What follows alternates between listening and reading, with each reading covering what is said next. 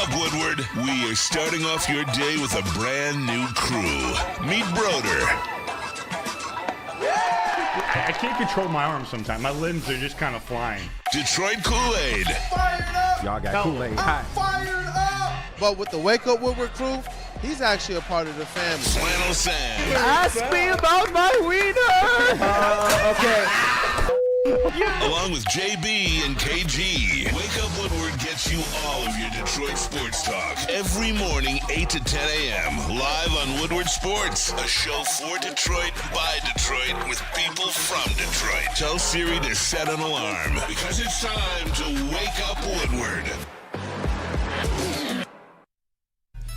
What up, though? People, it's Wake Up Woodward. We appreciate you all for kicking off the day with the WUW Crew. You know what? The start to this day is a little bit better, much better, actually. We got the sun just peering through these clouds. Woodward Avenue is alive. And you know what? We got us a double victory show today, Flannel Sam. It's your boy, Brandon Day, aka Detroit Kool-Aid, your credential Pistons reporter, writer for the network. Flannel Sam, the vet of the squad, vet of the network, all sports knower, and Red Wings correspondent. You know what? I've got something even better than double victories. I have got Birmingham roast water left over from E&E, I'm sure, yesterday. There's no limit in it. I already feel more sophisticated already. Oh, man. Maybe I'll use like the pinky. Yeah. You know what? I think it is a pinky up type of a day. Absolutely. Look at Flannel Sam, man. Setting the standard as always. Pinky's up. Hey, pinky's up. You're doing it proper family. with the T. What'd you say? I said you're doing it proper with the T, too. Yeah, T, that's man. facts. Hey, yeah, you know, and it is beyond time. People have been asking for a while. Those Wake Up Woodward coffee mugs. Like we need to get those going, man. But chat family, let's run up those likes today. Let's get those super chats going. Let's see who's going home with some merch. Maybe 2 merches, maybe 3. If we hit a goal and a half today with the likes, we'll definitely get some merch going. And I'm just feeling good. You know why? Because the Red Wings season, you wanted to see them be able to make it 4 for 4 as it relates to teams making the playoffs here in Detroit. But you did put a caveat there. Cavassier Chase did as well about wanting to see this team finish strong, and we've seen them respond underneath the Todd Father. And obviously there's some stress here as you start to see it falter. Each one of these games and each one of your mistakes and each goal by the opponent must hit just a little bit differently than it would have 2 or 3 months ago. But they're still showing some type of life and some type of fight, those Detroit Red Wings. It's funny because I might be talking out of both sides of my mouth in this one, because on one hand, it's almost maddening because they started to play well right when it was too late. Oddly enough, in their last 8 games, they've gone on the quietest 5-2-1 stretch I think I've ever seen, because it hasn't really meant anything because obviously they've got eliminated. Not only that, they've had wins over Carolina, Florida, Tampa, and Dallas. Those are some really nice wins. I would have liked for them not to have such a terrible stretch that they got themselves out of the playoffs, and that a lot of this is relatively meaningless, but you know where I've always stood. Don't tank the season. Don't finish the season with 79 points, which they were in danger of. Now they're at a safe, comfortable 83, which is objectively better than 2 years ago. Still far from good enough, but with every win, there's something that I can take from it that gives me just a little bit of hope for the future, or maybe not even a little bit. In some cases, a lot of bit, and I'll get to that in a minute. But before I go on my spiel about it, I want to get Chase's opinion, because I know you're a puck knower. You're very invested in the Red Wings and their future, and you've never wavered on the Yzer plan. So this hot stretch of 5-2-1 hockey, including a 2-game winning streak when it's too late, does this mean anything to you, or do you see it more as just whatever, they're done, it's whatever? And hold that. Gather those thoughts, man. I like the hat, too. I really do. But tell the people also what's on the menu. It's a good menu you cooked up today. Oh, sure. We got some Tigers. Got themselves a nice win yesterday. Skubal looking like Cy Young Skubal. And we also have a lot of Lions. There's if you watched the heavyweights last night, kind of copying a topic from them, but I think it's relevant. We've got a Lions writer making a claim. I will just say that a lot of people will be up in arms about. There's a wide receiver prospect that was just had a top 30 visit with the Detroit Lions. And also one Mr. Za'Darius Smith was spotted at the Pistons Bucks game this past weekend. Does that mean anything? What does that mean? But back to the Red Wings question. What is this little hot stretch late in the season when it's really too late for them to do anything playoff-wise? What does it mean to you, Chase? It doesn't mean much to me at all. I think like the teams we rattled off and we're playing are all teams in the playoffs, and I don't think they're taking us as seriously as a team who is going to be competing next month and in the next couple weeks for the Stanley Cup. I think we're a team that they can kind of just let a couple of their guys play a little bit fewer minutes, rest up a little bit, and if they end up getting the win, then they get the win. But if they lose, like they're playing for something more meaningful than what the Red Wings are, just trying to fight out these last few games and show that they have some heart left in the season.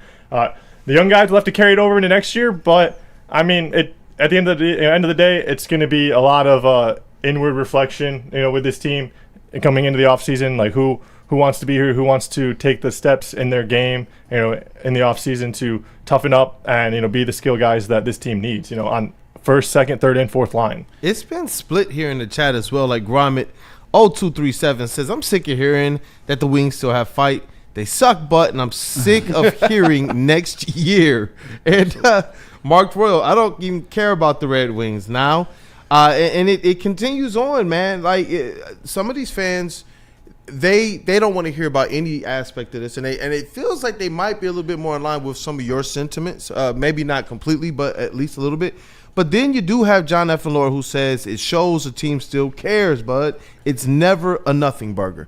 Like where exactly do you fit between the two spectrums? I think that I can see both sides for sure, the last thing been consistent with that. The last thing that I want to do is come on here and prop up in terms of the standings a meaningless victory and act like it's more than what it is. Symbolically, I like them to, like I said, my big thing was do not under any circumstances finish this season with 79 points, or I believe that alone is a fireable offense for Steve Yzerman. But they didn't. It's all well and good, but it's more about facets, things that I can look to see, okay, this looks like it could be sustainable for the future. This is exciting. I mentioned in the game against Tampa Bay, Marco Kasper getting 2 goals, including the game winner in overtime. In this game, it's a little bit different. What I saw from this game is a potential offensive, defensive upside moving forward, hopefully. And a lot of that has to do, of course, with Axel Sandin Pellikka, him hopefully matriculating his way into the NHL. He has the highest offensive upside of any defenseman in the system. But even last night, I saw 2 goals and 4 points combined from Mo Seider and Albert Johansson. And honestly, I don't think Mo Seider's offensive game has really developed at the rate that a lot of us thought that it would. He scored 50 points his rookie season, hasn't gotten that sense, won't get that this year. Not saying it's the worst thing in the world. We need him more for his defense, but I would like to see more of an offensive upside moving forward. I would like to see 15 goals at some point. I mean, I hear you, Sam, on like them like fighting hard and stuff. I hear them on them fighting, but I feel like just seeing like they could have fought this hard when it still mattered like 2 weeks ago. This kind of seems like when you're getting bullied and then the bully walks away and you're like, oh, I was this close to kicking his ass. It's like, no, you could have did this 2 weeks ago. Grow some balls, show some toughness and some grit, find some sandpaper in that locker room and go fight and play. Like you're winning these meaningless games. They could have been meaningful. They could have mattered a lot more. You could have had a chance to make the playoffs and you waited, you dicked around too much, and now you're just you're playing these like you're winning these games because it means something, and you're like building for next year when it means nothing. Like you had a chance, you blew it. Now you got to learn from it and come in next year with a lot more hunger and fire beneath your butt. Everything I like this passion. Everything you said in terms of the standings, in terms of the overall season, is 100% true. Complete failure. It is absolutely maddening that, and I mentioned this at the beginning, that they're going on this hot stretch following a morbid stretch which got them out of the playoffs. I 100% get it. I said as much after they got eliminated in that game against the Canadians, that really snapped me out of whatever apathy I was in and was like, this is not good enough. This is not okay. I'm pissed. And I still feel that way.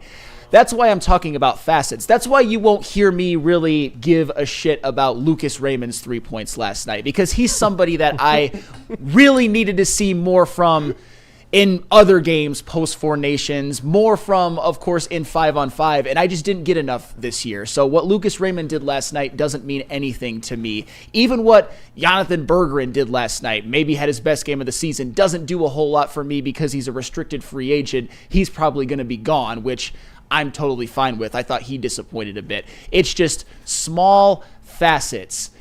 Obviously, there's no carryover from this season to next season, but I am intrigued by the offensive defensive upside this next coming year that I don't think that as a team the Red Wings have really had, except of course for like Gostisbehere last year. But in terms of the young guys, is Albert Johansson offensive? I don't think he showed a lot this year, but he scored last night. Does Mo Seider have that capability of being like a 15-goal scorer at some point, getting more assists, more on the power play? We'll see. We saw it last night. What does it... I get what you're saying, Chase, that in the grand scheme of thing, it means nothing. It's all I have right now. It's all I have. And I see Kiazi here. He says that people have to understand effectively both sides of this thing. And that's where I believe you've kind of tiptoed this line. And you've made effectively your feelings very, very clear that this season is a failure, but that doesn't mean that you can afford to just have the wheels pop off. You're sitting right here with a team that for the last 2 years has been a team that could have made the playoffs, has had the talent to make the playoffs, might not have had the coaching throughout the entire seasons to do that, haven't had the fight, the defense, and the grit. And it's like just being around guys like yourself, Flannel, Cavassier, Justin, and Spinney. It's crazy hearing it's so blatant because you guys are all saying the same exact things as it relates to their weaknesses. And so it's like you knowing that they have what they need to be able to go out there this offseason and make this stuff happen is where I do feel what you're saying. You cannot have the wheels pop off here. It was for me like when I was covering the Pistons 14-win season, when Jaden Ivey went on that tear the last 15 games of the season, I was invested. Because you can't just afford to have the wheels pop off, but you still knew that was a failure of a season in a much different light. It was the worst season in Pistons history. But here with the Red Wings, you're talking about back-to-back seasons where they just leave so much more to be desired. And last year, we all gave ourselves this one. Dylan Larkin got hurt. And we all have fun with Priority Patch. And I get we have fun with that. But speak for yourself. But Dylan Larkin, we all said, okay, the captain was doing his thing. He got hurt, and his team kind of fell apart. And there were some players we needed to step up. The Brinkat did after Flannel Sam called him out on the show. So we know that he watches. But this year, we didn't really have as much of that. And that, to me, is I think what makes this one a lot more disappointing this season than last season. I mean, the problem is ultimately is the point regression. 91 points oftentimes will get you into the playoffs. They had more wins than Washington. That sure is all hell doesn't excuse that 5-13-2 stretch they went on down the stretch. And if you remember last year, I gave them a lot of grief for that. But I think that's what makes last season more acceptable because objectively, you saw growth, you saw progression in the standings, and this year you've got a massive regression in the standings. And Chase, I get what you're saying. If they win the next couple of games and put up 87 points instead of 83 or 81, I get where you're saying that doesn't really mean a whole lot. I think last year hurts worse than this year. Like we had no chance to make the playoffs. We just got eliminated. But like you said, we've won more games than the Capitals, and the NHL is the dumbest playoff seeding in all of sports with the way they like to round out the playoffs and stuff. And we should have made it last year, and I think that was absolute horseshit. So like the fact that we just didn't have the points and didn't make it in, I can accept that. I'm not happy with it, but like I understand the way the rules work, and like that's just it. But like if you win more games than somebody else and they get in the playoffs, like that never will make sense to me. There's no argument. I get what you're saying. There's no argument this year that the Red Wings were robbed or they were wrong. Yeah. They just were objectively in every measure not good enough. Last year, any other sport and they make it. And I'm not holding on to that too much because they had such a poor stretch of hockey right when they really could have had a normal bad stretch and still been fine. Instead, they had a catastrophic stretch, so I don't like that. But at the end of the day, it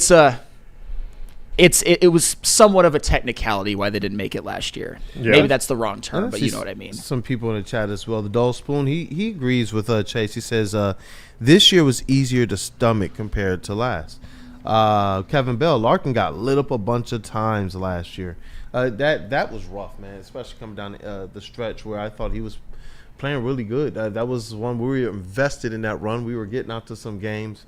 And when he got hurt, it just seemed to suck the life out of this team.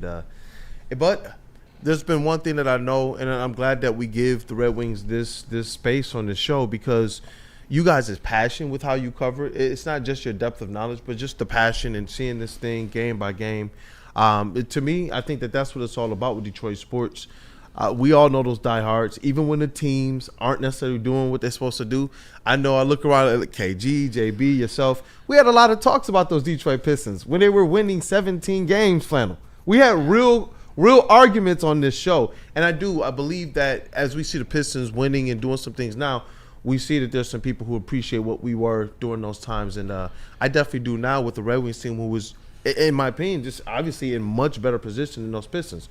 Right there on the cusp. And I think you guys have been spot on with your coverage this season. I believe it was Mike G. If I can't find it, I'll try to paraphrase. Oh, yeah. Flannel, is Lucas Raymond more of a setup guy or a scorer? Credit to him for developing as a facilitator. I give him a lot of credit for that.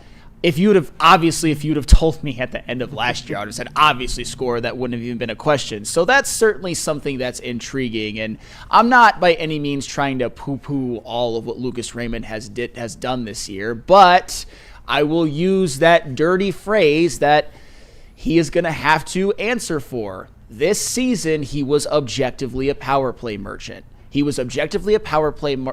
And his production, you know what? It did fall off a cliff after the Four Nations. Maybe that's a little bit harsh, but they went from being a legit contender to being out of it with 8 games left in the season. And Lucas Raymond, although he wasn't the root cause, you needed more from him. You didn't get it. Hopefully next year he develops, becomes that 90-point guy that we probably honestly need him to be. I know that's a lot to ask, but there were points during this year where he was on that pace and he just didn't get it.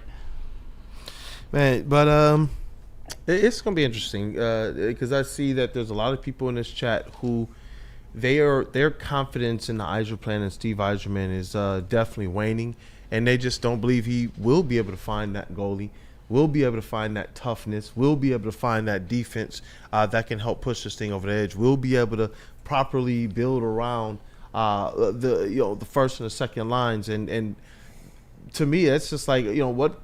If you're at that point, then you're effectively saying to fire Stevie Y. But I believe that they're just right there on the cusp. I do like the transition they made as it relates to getting rid of Lalonde. I know you've said this for a long time, that was the right move, but they waited far too long. And I just wonder sometimes, how much did that cost them this season? Like, are they sitting in the playoffs as this is something that they would have done from the beginning of the season? You could say that, Goodness. Just considering their record under Todd McClellan versus Derek Lalonde. But before we move on to Tigers, which is they're a team that won and have hope versus the Red Wings, a team that won. We're out of it. I just want to ask Chase one more time, because you've actually been more angry than I have been today, which is a nice change of pace. Has your confidence waned at all? What would it take for your confidence to wane at all in Steve Yzerman, or has it already? No, for me to not believe in Steve Yzerman, all of the draft picks that we have in our system, who we're looking at and hyped about, would have to just completely shit the bed in the NHL. Because it's look at what Tampa has been since when he was there in his tenure, and then since he's been gone and in Detroit, they have stayed steady as one of the hallmarks of the NHL. It's they're always going to be a tough out in the Atlantic. They're always right there in the top 3 of the division. And so you've seen his resume, you've seen what he's built. You got to let the guys get there. You got to let the vegetables blossom. You got to let the fruit ripen before you pick it off the tree. And I think we've got a really good bounty of some resources, and I think we just got to let the kids come up. I think next year we'll see Danielson. We'll get a full season of Casper. Evanson's got a full year under his belt. Johansson hopefully stays up for the whole year. I think And then who knows what type of decisions they make in the offseason with free agency or any trades and stuff like that. But, I mean, it's all about the young kids. And our defense has been bad, or we have had no goalie for a while. So, when Augustine and Costa get up here, it's like that's all like when the timeline starts for me. It's like the people who are meant to be a part of this team for the next 5 to 10 years, like when they're actually a part of this team, that's when I start judging how I'm going to view this team. Well, and that's why I hope you have an understanding why, too, of guys like Johansson and Casper. I'm happy with what they've done in the last couple of games, Absolutely. even if it doesn't mean a damn thing. I picked those guys specifically. I mentioned Sider as well, but Casper and Johansson, they're rookies. They're not at their ceiling. You're seeing a lot of good things from them. I want to keep seeing them fight, and that's really are my takeaways from these last couple of games. I mentioned Sider as well. I mentioned the offense from the defensive position in totality, but it's really more specific to the Tampa Bay game, Casper, the Dallas game, Johansson. Like Kool-Aid was talking about last year with the Pistons and that stretch of Jaden Ivey, like we can highlight certain things to be happy about, and like those can be good, and there are little things that you can improve on every game, regardless of where you're at in the standings. So as long as the young guys are doing that, then I think there's promise and there's hope for this team. And so I'm looking at the young guys. Like Vladimir Tarasenko is not a long-term part of this team. Patrick Kane is not going to be part of this team. Ben Sherratt is going to be gone. Justin Hall is going to be gone. Like our entire team is like we're going to have like a pretty new looking roster next year. Some new faces in here and hopefully mixes some stuff up. But I'm excited about the young guys because it's all about them. I mean, look at what Tampa's done. Look at Dallas has just been piping up the young talent over the years, and like look where they've been. So and like look where they've stayed at. So I'm looking at those teams who've been in the positions where the Red Wings are for a long time, took the time and the resources to build up their roster. And I mean, the Dallas Stars were so good. They had so many young prospects. They were able to trade a couple and then bring in Mikko Rantanen and sign him to extension. I mean, like that.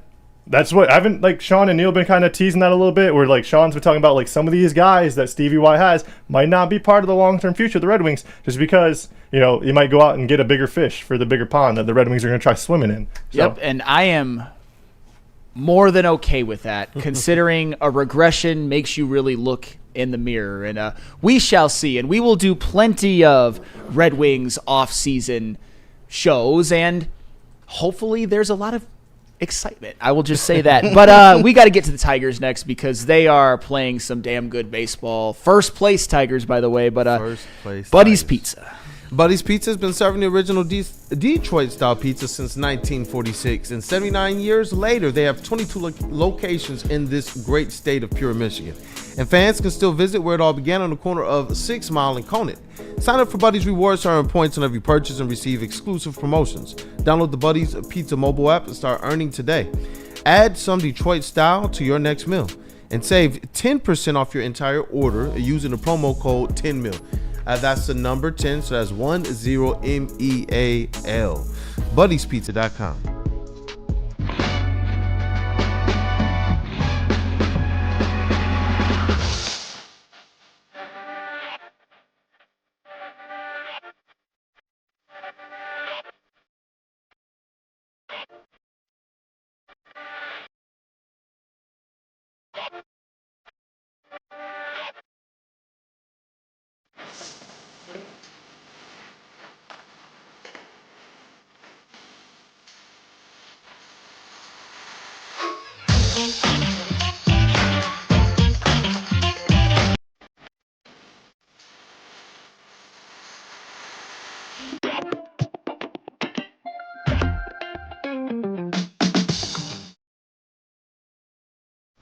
WoodwardSports.com and click on Shop. Get the latest in Detroit sports apparel and exclusive Woodward Sports gear. WoodwardSports.com can get the whole team outfitted. Love the Pistons, Red Wings, and Tigers? We got something for you, too. Shop online at WoodwardSports.com.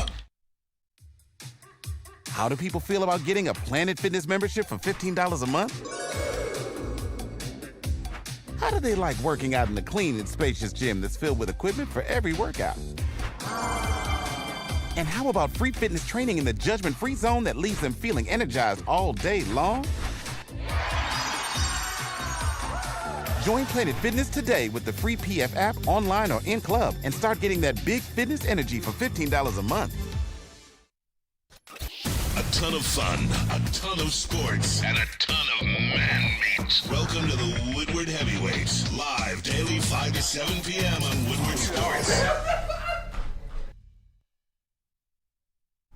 Hey, Planet Fitness. It's fitness that fits your budget. No matter where you are, there's a Planet Fitness close by. There are more than 50 in Metro Detroit and thousands more throughout the world. At Planet Fitness, you experience a squeaky clean gym that has tons of equipment, friendly knowledgeable staff, and a totally judgment-free atmosphere. Did you know that all Planet Fitness memberships include fitness training for no extra cost? Want all the perks? Upgrade to the PF Black Card and enjoy use of amenities such as unlimited use of the Black Card Spa featuring hydro massage, massage chairs, and total body enhancement, and more, along with access to over 2,500 locations worldwide and unlimited guest privileges. For more information or to join today, visit your local Planet Fitness or planetfitness.com. What up, dog people? Welcome back. It is Wake Up Woodward and chat family, man. You guys, as always, are the most important part of this thing. So let's go ahead and run up those likes, get those super chats in. And talking about super chats, y'all been on it. So I'm gonna throw it over to Woodward Sports MVP in the TD booth, JBSmooovv. What up, though?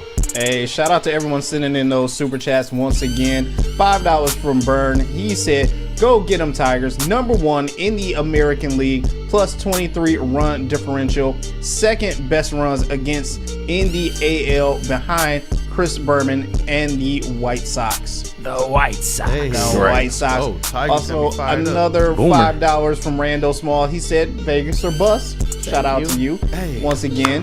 And Dante151 sent in $9.99. He said, I watched 0 minutes of last night's Red Wings game. All of my attention last night was on the Tigers. First place Tigers. Also, the Red Sox lost 16-1 to the Rays. Good choice, Bergman. Good choice. Good fucking choice. Dante151, you are the absolute man, but there's nothing more that I love than 1 out of 162 victory laps. And you know what? Shout out to Randall Smalls. He's having a good year. As well, because well, too. he is committed to not just us getting there, but meeting us there. He's even said, like, look, man, some of my merch, just bring it with you guys to Vegas. So shout out to everybody who is making this possible for us, contributing to us and supporting not just Wake Up Woodward, but all of Woodward Sports. And just before, you know what? We're going to hold it for him more. We're going to hold it for him. Here you go. Because we got a lot of hits right now. The Tigers are aggressive enough. You damn right. They are aggressive enough. Hey, JBSmooovv, if you could throw up the scoring summary of this 9-1 victory, because people have to. I just want you guys to just see this thing. Ass whooping. This That's a assault that they just bludgeoning. put on. That's just a bludgeoning. 9-1 victory. And this is a game where the Detroit Tigers have continued to put together this recipe this season. They are averaging 5 runs per game and 8.44 hits per game for the Detroit Tigers. And just the early question is like, is this here to stay? And then you start to realize there are still some more bats that are going to return and help this team. And then there are others that you know are going to warm up as the season goes on. And what am I seeing? You look at comments all across from MLB.com, MLB YouTube, the social pages. So I'm going to leave the Detroit-themed ones out. People on there are saying, yo, Detroit is looking scary. Yo, Detroit's lineup is formidable. So they might not have a lot of like home run pop, but they got a lot of professional bats. And this Tigers team has rolled that to the tune of going in and beating teams up. So since that Dodgers sweep, this Tigers team have put themselves in a position to be able to go and win every single series. And I consider this series and the next one, handle your business games as they get ready after that for the Padres. Hey, and they are off to a resounding start, a 9-1 win. And obviously the story of the game, even more than the bats, is Tarek Skubal. Man, Tarek Skubal was dominant. In his bag. Absolutely. In the zone, on fire, whatever you want to say. I mean, all you got to really do, even if you didn't watch, which all of us did, is that's one of those games where the numbers can even tell you almost damn near the whole story. 7 innings, 4 hits allowed, 9 strikeouts, 0 walks. God, that gets me bricked up. Can you say that one more time? 7 innings pitched, 4 hits, 9 strikeouts, or 4 hits allowed, 9 strikeouts, 0 walks, and oh, by the way, the most important, 0 runs, 0 earned runs allowed. Was just absolutely dominant, was under control, had great command. That was the best his stuff has looked all year. I mean, some of those early strikeouts in the game, what I loved about him too, Skubal, yesterday, was that he was just all in his bag. 4 out of his first 5 strikeouts, the changeup was his put-away pitch. And you know when he's got that cooking, it is one of the most unhittable pitches in baseball. But he also used the slider. And then as the game went on, especially in the bottom of the 6th, when the Brewers did load the bases, even though they were down 9-0, but they did load the bases. The way that Tarik Skubal was able to get out of that, both with first and second and 1 out, and then the bases loaded 2 out, was with 2 strikes. He just went to another gear and just blew 99-mile-per-hour heat right by the Brewers. I believe the last one was It was 100, Yeah, it was Tarik Skubal. And this is Tarik freaking Skubal, by the way, last year's Cy Young winner. This was as good as I've ever seen him look. Just a perfect Skubal start where everything was working. His stuff was at 100%. His command was at 100%. And you know that when he's doing that, when he's even 80% of himself, he's damn near unhittable. But yesterday, you could have had a lineup full of prime Willie Mays, prime Barry Bonds, prime Pujols, Cabrera, et cetera, and they still would have been shut out. That's how good Tarik Skubal looked last night. Yeah, and I'm seeing people IT hip. Skubal dialing up a 100-mile-per-hour fastball to close out the 6th was the exclamation point. And Ryan said you know what? I thought it too. He said, bro, that was shades of JV in the 6th inning. Skubal was, following up this AL Cy Young year, and obviously the start to the season wasn't one that he would probably say was good, and not one that we're used to in terms of his standard, but all of us knew this is something that Tarik Skubal was going to shake off and get right back to what we know and love. And he's one of those guys, I'm going to continue to say it, he saves your bullpen.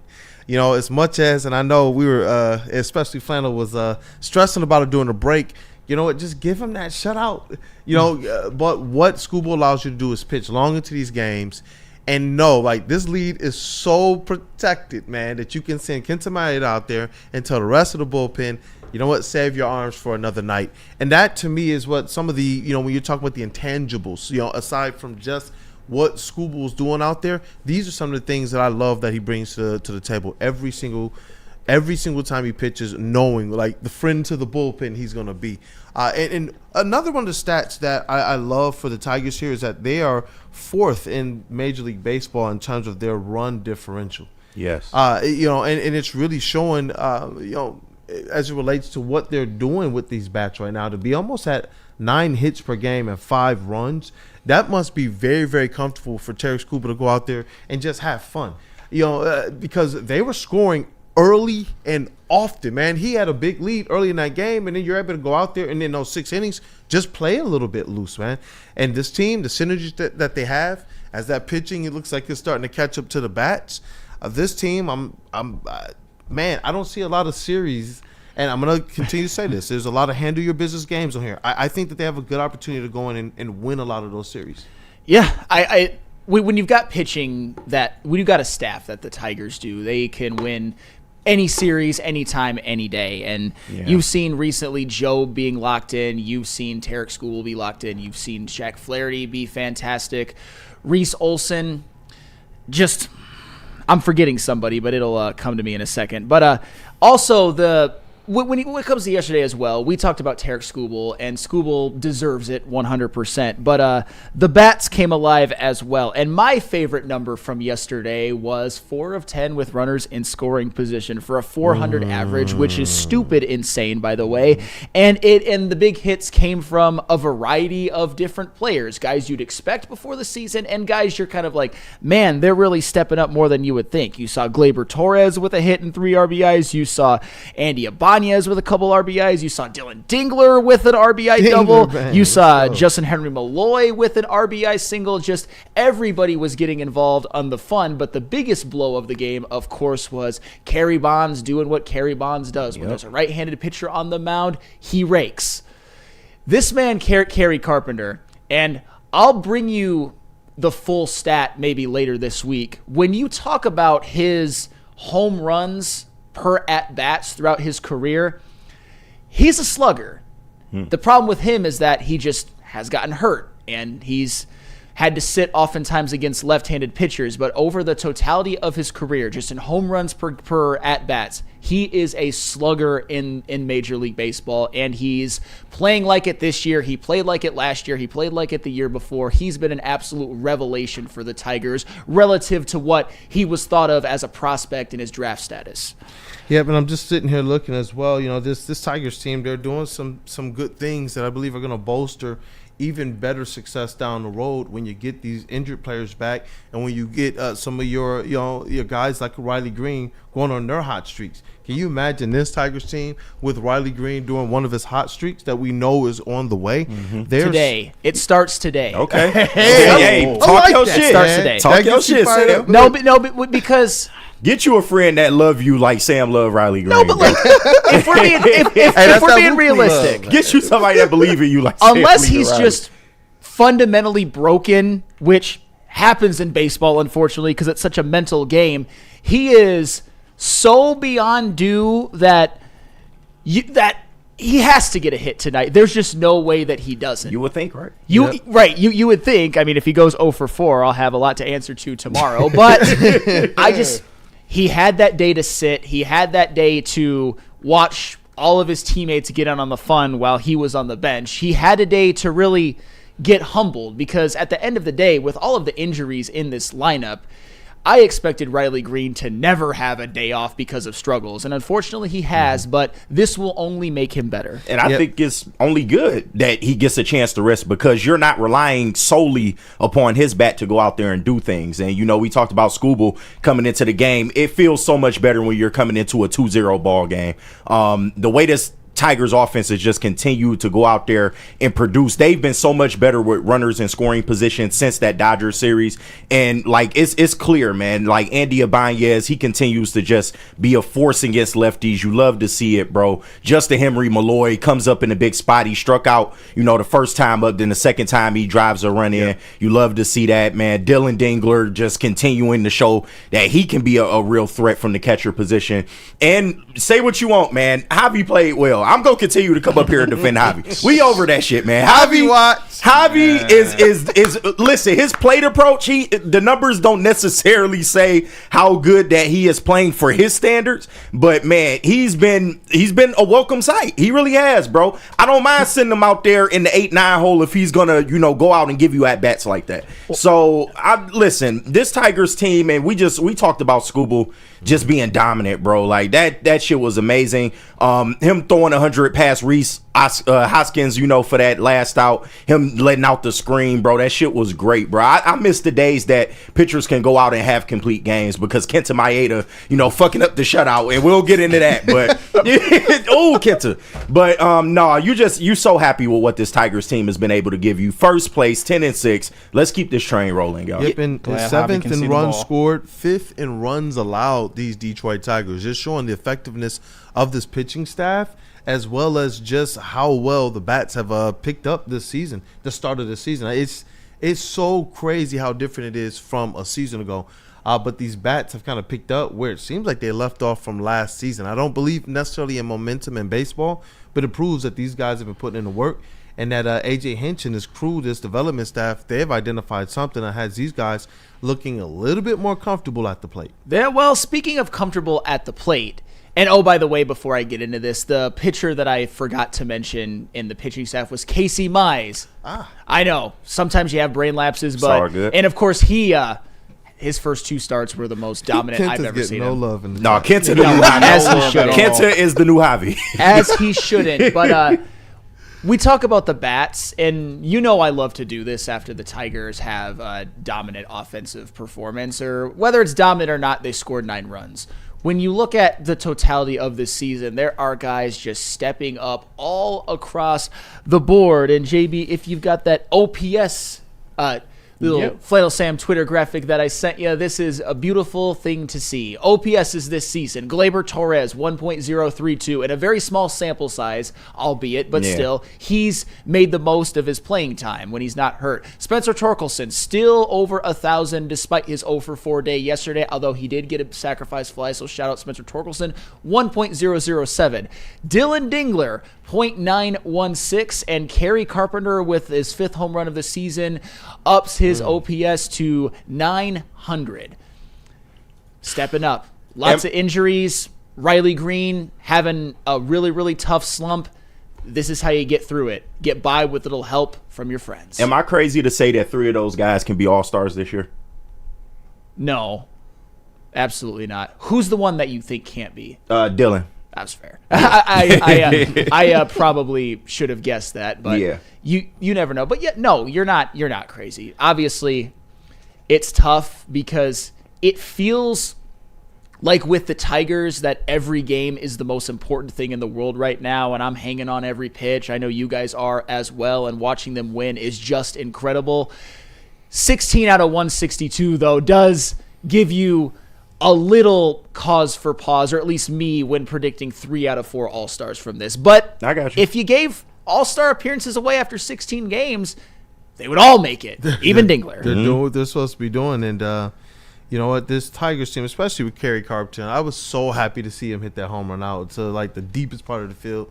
Comerica on the roll, it doesn't matter because he had hit a couple of those deep to the warning track, and just to see him get that home run, I almost feel like with a bat like his, it seems like sometimes he gets those things in bunches. Like all of a sudden he hits a home run in a game, and then he's getting 2 or 3 home runs over the next couple series.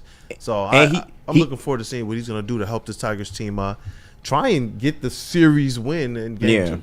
And he hasn't looked bad against left-handed pitching either. And I think that's the biggest takeaway from Kerry Carps this season. He hasn't looked overmatched when he's out there. He's even got a couple of home runs off of lefties. But you want him to continue to get those opportunities. And, as he goes along, hopefully he will improve in that area. Because if you can get him to start, hitting lefties like he hits righties, then you got a real problem on your hands if you are some of these other opposing teams. No, then he is an all-star if he hits lefties, if he can stay healthy, and if he can hit lefties, even at a decent rate. If you told me that at the end of the season, and I know that a lot of projection, but there is evidence that Kerry Carpenter is capable of one end of this spectrum, which I'm about to present. If you tell me at the end of the season that Kerry Carpenter's OPS against righties is 900 and his OPS against lefties is 750, that's an all-star. Damn right. And he plays 135 games. They're making the playoffs if that happens. No question in my mind. If you get 135 games of good Kerry Carpenter facing lefties and Kerry Bonds facing righties, they're making the playoffs. And by making the playoffs, you mean winning the division? Yeah, I'll say winning the division because I predicted at this point, if they I continue predicted this at the beginning kind of the year, 88 and 74 wild card, but I didn't expect this offense to look this good, especially considering Gleyber Torres has missed half the season. He's more a than half the welcome season. sight too. Like it's a noticeable difference when he's on the field, bro. He's been great from the second base. Yeah. And Big Con 51 says the bats are so good, it's making me wonder if there are trash cans in the bullpen. Shout out to the Hitch. Right. Before we go to break, Burn in the for the super chat, a shutout and a 4-3 rally in the 9th count the same on the standings. Put the human victory cigar Kenta in and keep the bullpen fresh for real games. That's an interesting perspective. I feel it. Hoping for 9-0 shutouts and getting pissed at 9-1 wins is literally first world problems to a degree. But let's not act like Kenta didn't have 2 other people on base though when he finally got that out. Like he could have easily started giving up a lot of that lead. KG, I'm not mad at it. I'm not mad at being like, damn that Kenta, we wanted to shut out. But I think Burns' perspective, it makes sense. Put Kenta out. Actually, it makes sense. Put Tarek Skubal in for one more inning, and if he. Just let him get the complete game, goddammit. I'm from the era where starting pitchers is cooking. You let him go. But I understand you want to preserve his arm. But there's something about, and Skubal wasn't even at that 100 pitch count to where it's just like, danger. Yeah. And Skubal has had arm problems. Yeah, no, understandable. No, I miss those days, though. I just really do. I do too. He deserved a complete game shutout last night. He really did. And he would've gotten it, too. those Yeah. times, man. I really do. It was amazing growing up and just watching JV, Max Scherzer. Yeah, I and used those to guys love go that. to work that way, man. It was dope. But that was my thing, though. I think in these Skubal games, I feel like we're gonna wind up seeing that pairing more often than not because it does it. AJ Hinch can tell the bullpen, hey, you guys are good for this game. Right. And that's your pairing. I don't want to see it. I miss the days where, our teams were putting up those types of zeros and those types of stats, man. You knew every time those dogs were on the mound that they had an opportunity to do something special as it relates to the historical, context in baseball, the way they do stats. But now it seems as if, and I get it, especially with a guy like Skubal, you want to keep him as healthy as possible in your stars. And so it seems like they've been managed a little bit differently, and it takes us away from being able to see those types of moments as often as we used to, or as we had in the past. Yeah, well, I do think, Byrne, though, that he does bring up that good point of, for all intents and purposes, I mean, Kenta Maeda is not the bullpen. He's the human victory cigar at this point. Like, just like Darko Milicic. He's a body. He 100% is. And the fact that you had Skubal and nobody else.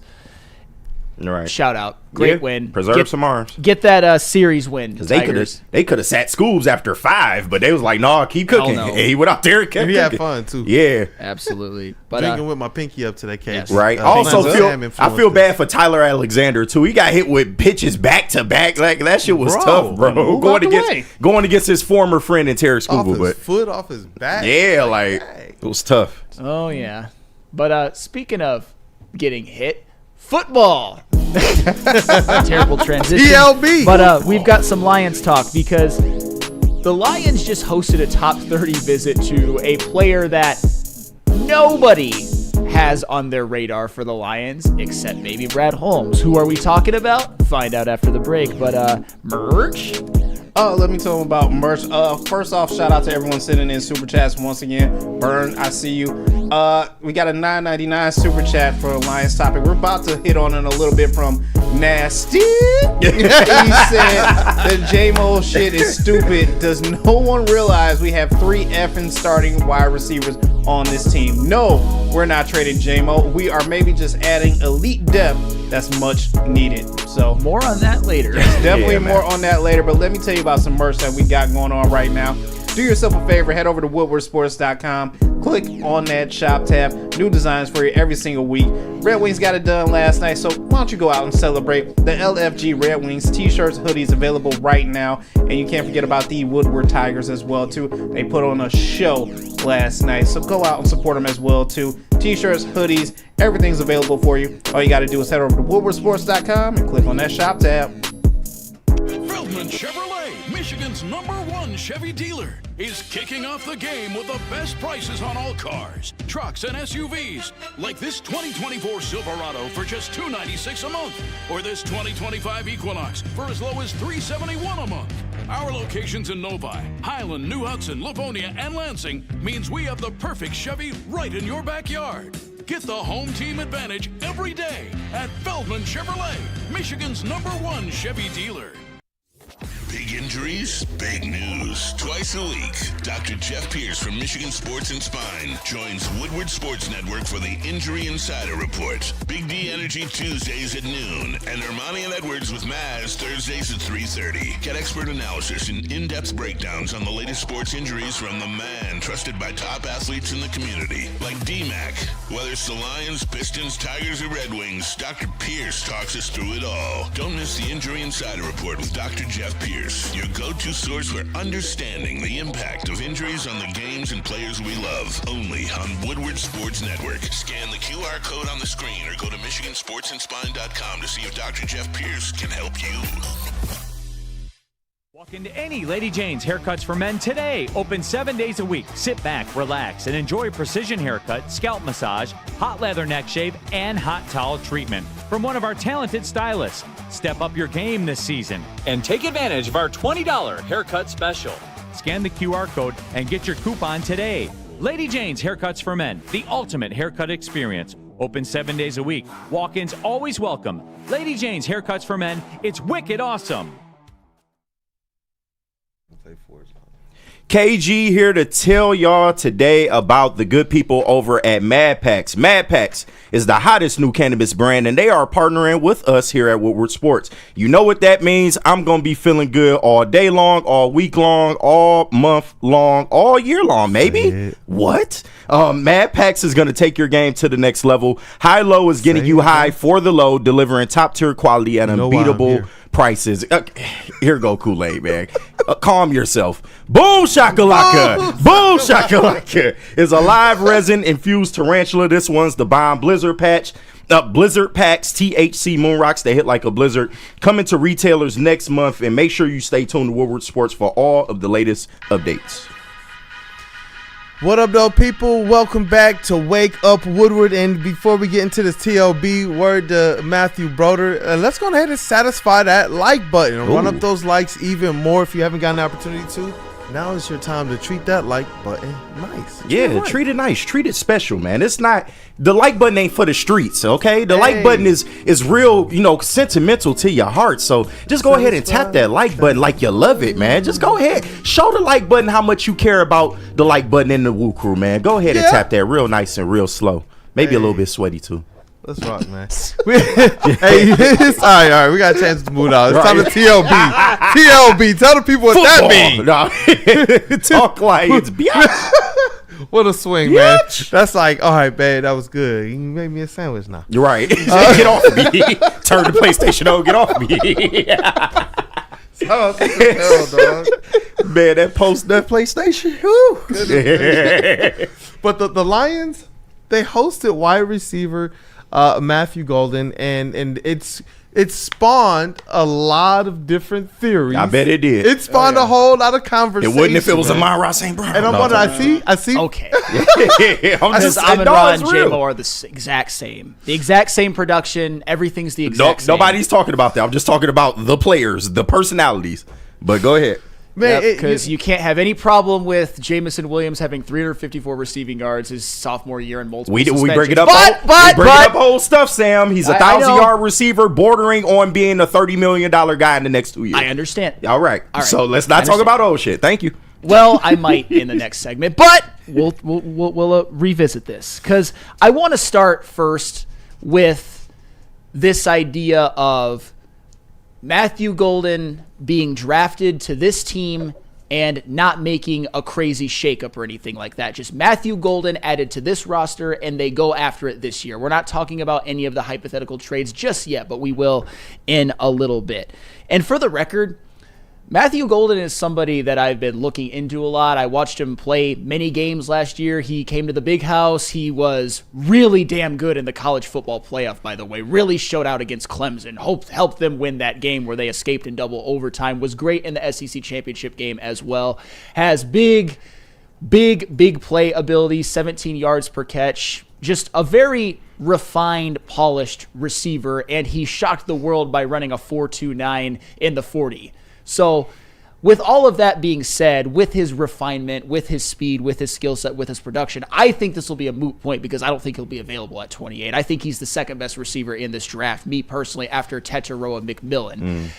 I also don't think that there's any universe in which the Lions should do this because right now the Lions are smack dab in the middle of a Super Bowl window in which they have as good of a chance to win it next year as anybody.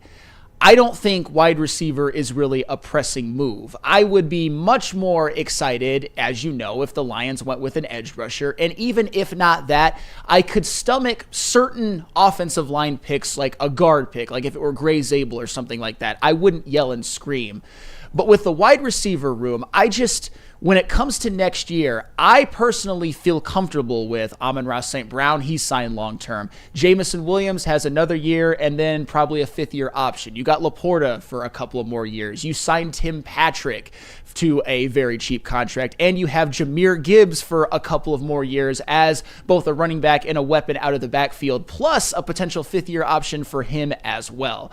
Philosophically, I just want the Lions to really more address what I perceive to be their needs more than really load up on wide receiver. If you want to do a wide receiver, if I'm Flannel Holmes or Brad Flannel, what I would do is I would go edge, some combination of edge and guard earlier on, maybe even double up on edge, and then with a later pick, consider somebody like Pat Bryant from Illinois or Andrew Armstrong from Arkansas, somebody, KG, that you really opened my eyes to. That's probably what I would do. I don't think Matthew Golden is the pick for the Lions, especially if there's really no plans on shaking things up in the near future.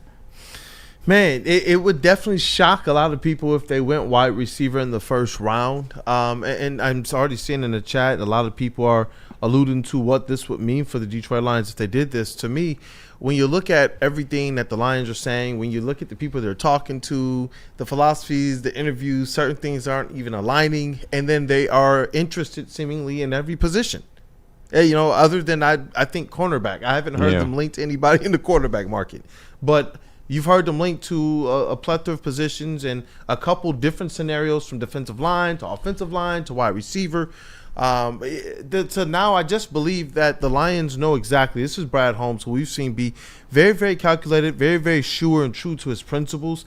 And it's looked like he's had a plan every single time. He's been aggressive and gone up and gotten the guys he's needed and known when to fall back and be able to get the types of players that he wants as well.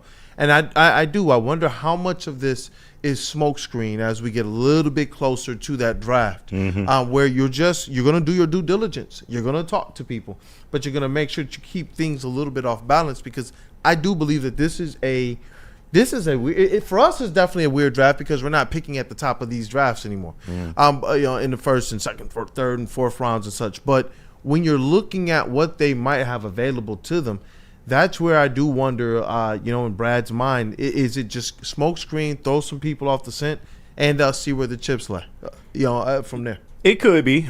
Just because they talk to somebody or host somebody doesn't mean they really plan on drafting said person. But I do think they could use a receiver, but I don't think it'll be a high-end receiver like a Matt Golden. And for all those people that's saying, J-Mo's getting traded, the writing's on the wall and all that, let's hold your horses now. Like, J-Mo still has 2 years left. They've already alluded to the fact that they plan on picking up that fifth-year option. So barring anything unforeseen, that should happen, and you will have J-Mo for another 2 years. But make no mistake, this is a decision that is going to come up sooner rather than later, because if J-Mo continues to get better like we all think he can go out there and do, and maybe even challenge, Amon-Ra St. Brown is the leading receiver in terms of stats on this team, he's going to be worth over $30 million, maybe over $35 million, depending on the type of stats he puts up. That's going to be a decision that Brad Holmes is going to have to make. And while I don't think he's ready to make that decision right now, I think he'll kick that can down the road. It is something you have to consider because you can't pay everybody. And Brad Holmes has done a good job of trying to keep everybody, and I think that is the plan to, try and keep as much money and preserve as much money as possible. That way they can sign as many of their own guys as they possibly can. But in the end, most likely you're not going to be able to keep every single person. And J-Mo is somebody that would be up for discussion, especially in a league to where wide receivers, I don't want to say are expendable, but you can go back in the draft and maybe get another, type of receiver that can have a similar impact to J-Mo on a rookie deal, and that would be a lot cheaper. So I see, there's a lot that goes around this, but I don't think it's something Lions fans have to worry about, especially this year. Maybe more next year in the offseason. It's a conversation that'll come up a little bit more, but as of right now, I think they're just doing their due diligence. It could be a smoke screen, but overall, I don't expect Matt Golden to go because, like you said, he'll be going within the first 2 rounds, and I can't see the Lions drafting a wide receiver in round 1 or 2. And I know right now it's hypothetical, but you know what? We'll get there. We'll get there because I know it's one of the topics we're going to talk about with Big Z later. So I'll hold that question for then. I know we got the segment ahead as well with J-Mo. So do you want to take a quick one and then we'll get right into the J-Mo talk, because that's obviously we talk about the prospect and Flannel did a good job with that. But I think the implication is where the story is really starting to percolate, especially with our chat family, Detroit sports fans. And then all of a sudden, you're starting to see certain even national media start to say, what? But it's the truth. You raised some very, very, very valid points. even aside from if this article never came out, those points would still be valid. It's the same thing we talk about when you realize, as well as Troy Weaver did draft, you got Jalen Duren and Jaden Ivey who are going to need to be paid in the same season, and then the next season after that, you got Asar Thompson. So, you know, Tough you decision. got you got some business to handle. Yeah. Brad Holmes so far has shown capable to do that, but we all talked about him as a GM. His next evolution was going to be how he maintains and not how he builds. And so far he's done well, but it's going to be interesting to see how he kind of strafes this thing. But he's giving himself some. He has some more time within his window. Yeah, he does. Which makes me ultimately feel comfortable for at least right now. Yeah. 2026 and 2027 are really the years that, as fans, we should be paying attention to, because that's when a lot of contracts come off the books. That's when a lot of decisions will have to be made. So.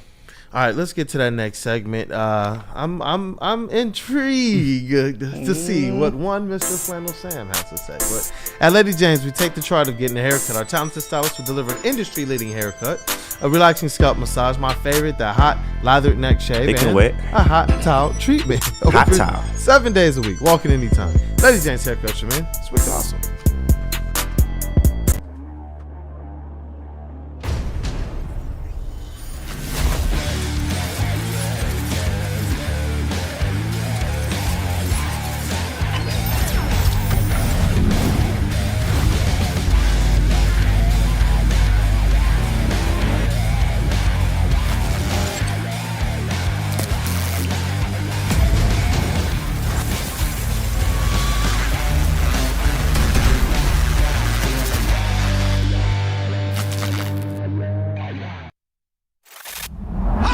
Woodward Sports? Love wearing clothes? Then you should be wearing Woodward Sports clothes. Check out our full line of merch at woodwardsports.com. Just click on shop. We have all your favorite designs, like Dan Campbell kneecaps, Woodward golf, and of course, our own logoed out merchandise. Men, women, infants, kids all love Woodward Sports. Impress your friends. Impress your boss. Impress your dog. Buy Woodward Sports merch today. Feldman Chevrolet, Michigan's #1 Chevy dealer, is kicking off the game with the best prices on all cars, trucks, and SUVs, like this 2024 Silverado for just $296 a month, or this 2025 Equinox for as low as $371 a month. Our locations in Novi, Highland, New Hudson, Livonia, and Lansing means we have the perfect Chevy right in your backyard. Get the home team advantage every day at Feldman Chevrolet, Michigan's #1 Chevy dealer. Attention sports fans, don't miss out on expert sports injury insights with Dr. Jeff Pierce of Michigan Sports and Spine. Join Dr. Pierce every Tuesday on Big D Energy, every Thursday on Ermanni and Edwards, where he's offering you top-notch injury advice. You want to trust the guy that DMAC does. Dr. Jeff Pierce is here to keep you in the game and performing at your best. For more information, visit MichiganSportsAndSpine.com or call 248-426-9944. It's Wake Up Woodward Chat family, and we are talking Lions. TLB, KG. Talk Lions, bitch. Word to our brother Matthew Broder, who's going to be more of a regular contributor, I'm hearing, as well as Sean Belize to the Lions Weekly Show. Yeah, shout out. We're going to have a rotating cast that also features a lot of our other personalities here, as well as media personalities out there at some of the other publications and such. So it's going to be a pretty awesome time as we get the show off the ground, as well as all of the other weekend content that's hit the Woodward verse. So thank you guys for all the support for Woodward Ringside, Woodward Wings. We got the mix going right now. Fast and loose. We got the Lions Weekly update, and there's more on the way as well. So shout out to you guys. You're helping Woodward Sports be able to give just a little bit more back in return. And why? Because they've been on one, man. They smashing that like button. If you haven't got an opportunity to, go ahead and smash that like button. And I know, JB, we got a few more super chats. And you said we're already at our first merch giveaway. Oh yeah, everybody get your first winner. Shout out, man. Shout out to everyone. We are over our first merch goal as it is right now. Thank you, everybody. $5 from Rando Smalls. He said, "It's funny. Everyone of Brad's draft, no one has an idea what he's doing." Interesting. Also, $19.99 from one Mr. Nasty. Shout out, man. Sam, this is directed towards you, actually. He said, I'm not okay with a 30-year-old bikers prone wide receiver. Sam, are you stoned off your ass? You have a chance to make this to make her this ease way more elite for a golf, and you want to say we don't need it. Who else do we have depth wise? Well, that's not every rosters don't typically have number one wide receivers in waiting as your fourth wide receiver or fifth wide receiver. This is just the reality of the NFL, and I think he meant injury prone, not a biker prone. And thank you for the very large contribution. I'm not going to say anything bad to you. It's just that I don't really give too much of a F about depth or the future like some people do. I think with depth, that's where a Pat Bryant would come into play for me, or like an Andrew Armstrong. Yep, and you know what's gotten a lot of conversations started, especially when you mix in the fact, like you said, there's some business they're going to have to handle with JMO already. You got Mike Payton of A to Z Sports, Lions writer, beat writer for the Lions. There, he wrote an article detailing the possibility of Jameson Williams being traded on draft night. On draft night. And I know that the heavyweights talked about it yesterday, but how could we not? It's just all rumors. But speculation. Yes, I figured I would, especially when you do pair that up with the fact that they are meeting with some interesting names and players. Well, and this is where I want to just read part of the article so that you guys can get an understanding, because I think his words are better than how I could paraphrase it. And this is Mike Payton, by the way, of A to Z Sports. Not a hack by any means. He knows what he's talking about. It's not what I want, and it's not what you want. Everybody wants things to work out with Jameson Williams and the Detroit Lions. But man, you cannot ignore that Detroit just brought in essentially another version of Williams for a top 30 visit over the weekend. And oh, by the way, I don't actually necessarily agree with that he's just another Jameson Williams. I think he does things. I think he's actually a little bit more refined in a lot of ways coming out of college than J-Mo was, but J-Mo's got a ceiling that is far above what Golden's is, in my opinion. But I digress. Texas receiver Matthew Golden, who is considered to be the second best receiver in the draft, I agree, by the way, ran a blisteringly fast 4.29 40-yard dash to the NFL Combine in March, and he brings a lot of what Williams has brought to the Lions, but without some of the on-field issues like tracking the ball, for example. There's also the off-field stuff. For as much as we all like Williams, and as much as the Lions have told us they like him too, you can't ignore the suspensions or the internal affairs case that came after Detroit police stopped him with a concealed weapon in November. Those things might not matter a lot to us, but we aren't the ones who have to pay him when it comes time to do so. At this point, it seems very unlikely that the Lions will sign Williams to an extension, and Lions GM Brad Holmes said at the league meetings in Florida 2 weeks ago that the team was leaning towards the fifth-year option with him.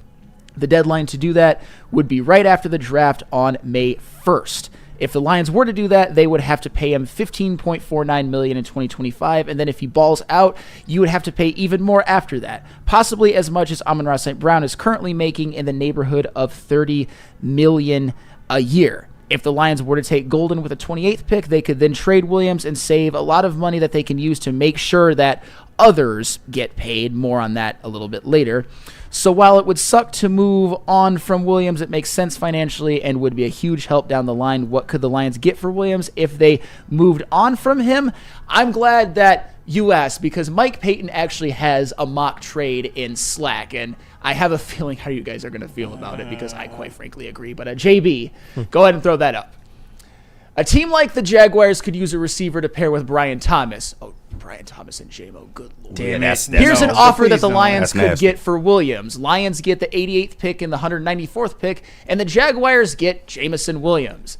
This allows the Lions to have an extra third-round pick in which they could use to score guys like Michigan edge Josiah Stewart, UCLA edge Oluwafemi Oladejo, Ole Miss linebacker Poorly. Oh, that's like Chris Paul Jr. Yeah, and and a Virginia safety Jonas Sanker, or many other options. So, scale of 1 to 10, how How on board are you with drafting Matthew Golden and trading Jameson Williams? -5. I'm not. not. And I was kind of joking when I said Yeah, that. of course, but I just don't think the Lions are in a position to acquire more picks. If you look at the list of picks that they have this year, they have pretty much all of their picks for this year and next year. So in acquiring more picks, I don't think that really helps you. Yes, you could, have extra draft capital, but I just don't think they're in the market to add as many rookies as this would indicate. But I don't think they would do a deal like this. I just don't. Yeah, me neither. And it's just like when you look at the fact that they have a Super Bowl window open right now, we talk about the chemistry that he's been building up with Jared Goff. We see the type of elite weapon that he's been for this offense and how he's opened up things underneath for guys like Amon-Ra St. Brown and to a large degree even in those play actions and such. There's a lot that we've seen him be, and he's been an absolute weapon. I think when you talk about the extension, you got to ask yourself, how much of a game breaker is he? How elite can he be? Because obviously these contracts aren't necessarily even about what you've done or what they think you're going to do in that current season, but what they believe you're going to turn into. And I believe that's where the question really centers with the Jameson Williams is how good do you believe he can be? Because there is a version that might be worth that much money. And he has shown a lot of the different skill sets and traits, and we've seen how effective he can be. You look at just effectively the yards per catch and how he can take the absolute top off of an opposing defense and open up a lot underneath for a guy like Jared Goff, who relies on a lot of sometimes some close windows, tight windows as relates to timing. We saw how off it was early in the season, but they were still able to rely on, throw it deep to J-Mo early in the season. And we saw how when they were still trying to get their offense together, J-Mo was still somebody that they were able to connect with. I do believe that, this is just the start for a Jameson Williams. But KG does raise up, as you have as well, the point that there's business to handle here, and how much does that cost for a guy like Jameson Williams as he pushes potentially that closer to that? I believe he has elite ceiling. Well, and that's where I think we could have two different conversations. I don't want this trade to happen, by the way. Oh, shocker! Of course not. You just bought a jersey. I know, right?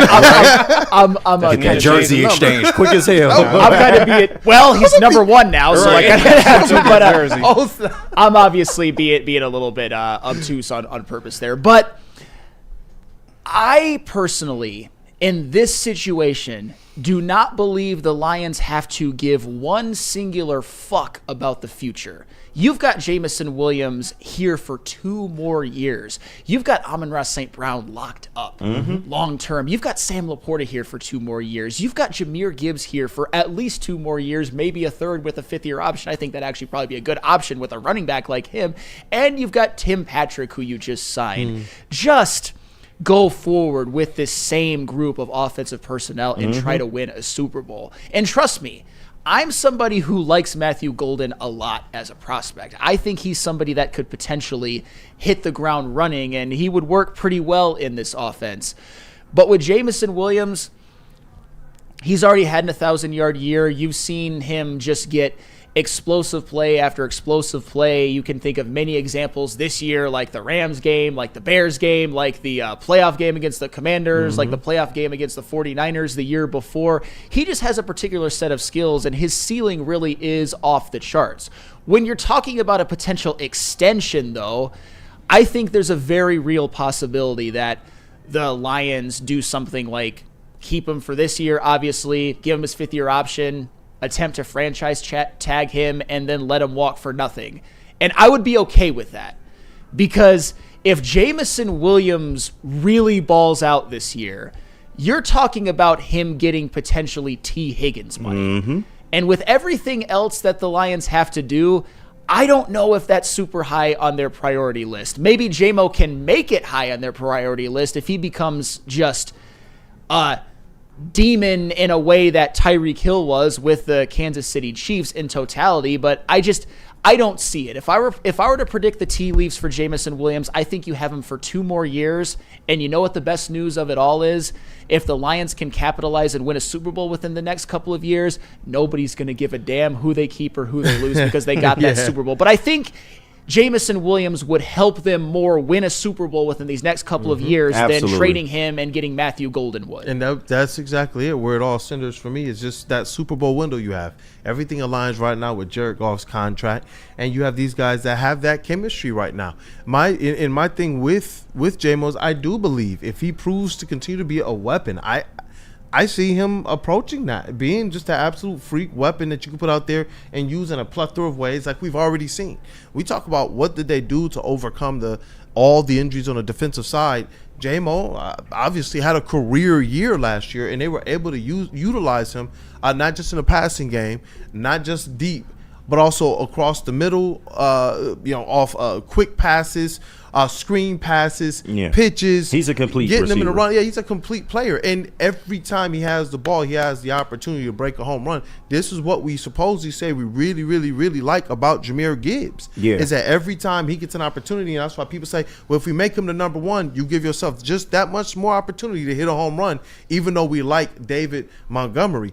With Jameson Williams, he's proven to be more than just, in my opinion, just a good kind of wide receiver that, if we don't have him, we can just plug and play another wide receiver. Yeah. You might get one that can catch well. You might get one that maybe plays well down the field, or maybe one that can run a little bit better. But everything that we see in the combination of Jameson Williams, the types of jumps we've seen in his career now, I do believe that there's another one. I do believe this is a season where Jameson Williams goes and balls out and makes this very, very uncomfortable for the Detroit Lions because his skill set is undeniable. Yeah, and absolutely undeniable. That's another thing we got to consider, the type of player that we're talking about. I've broken record up here, and I will continue to say that he has an elite skill in this league. He came into the league scoring touchdowns. Why? Because he has speed, bro, and that's something that you just can't teach. That's just something that, and not to say Matt Golden don't have speed, but J-Mo has been established at the NFL level now. You know what he's capable of. You know what he can do. Opposing defenses have to plan for somebody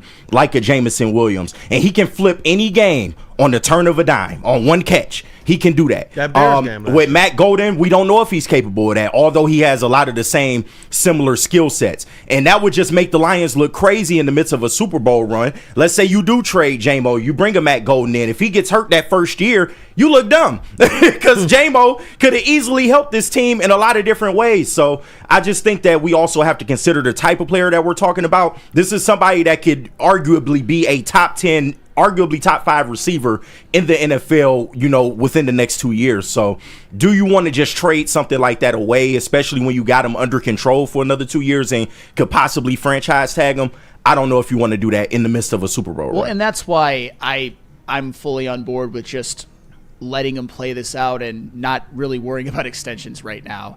And I see a lot of this in the chat, how letting him walk for nothing would be just this catastrophic thing. I disagree wholeheartedly. Players get to free agency all the time. Yeah. You can't always have that perfect trade at the perfect time. Exactly. I'd rather just have Jameson Williams play out these next couple of years. However, as I alluded to just a couple of minutes ago, I am a little bit, I don't want to say doubtful, I can't really think of a better term, that Jameson Williams is one of the ones that gets a long-term, super huge extension, because I do think he's going to ball out this year and the year after that. But Mike Payton also gave a potential breakdown on Twitter of what future contracts could look like for the Detroit Lions. If you've got that one, JB. Oh, yep. And it's one of those sobering things. And this is just his speculation.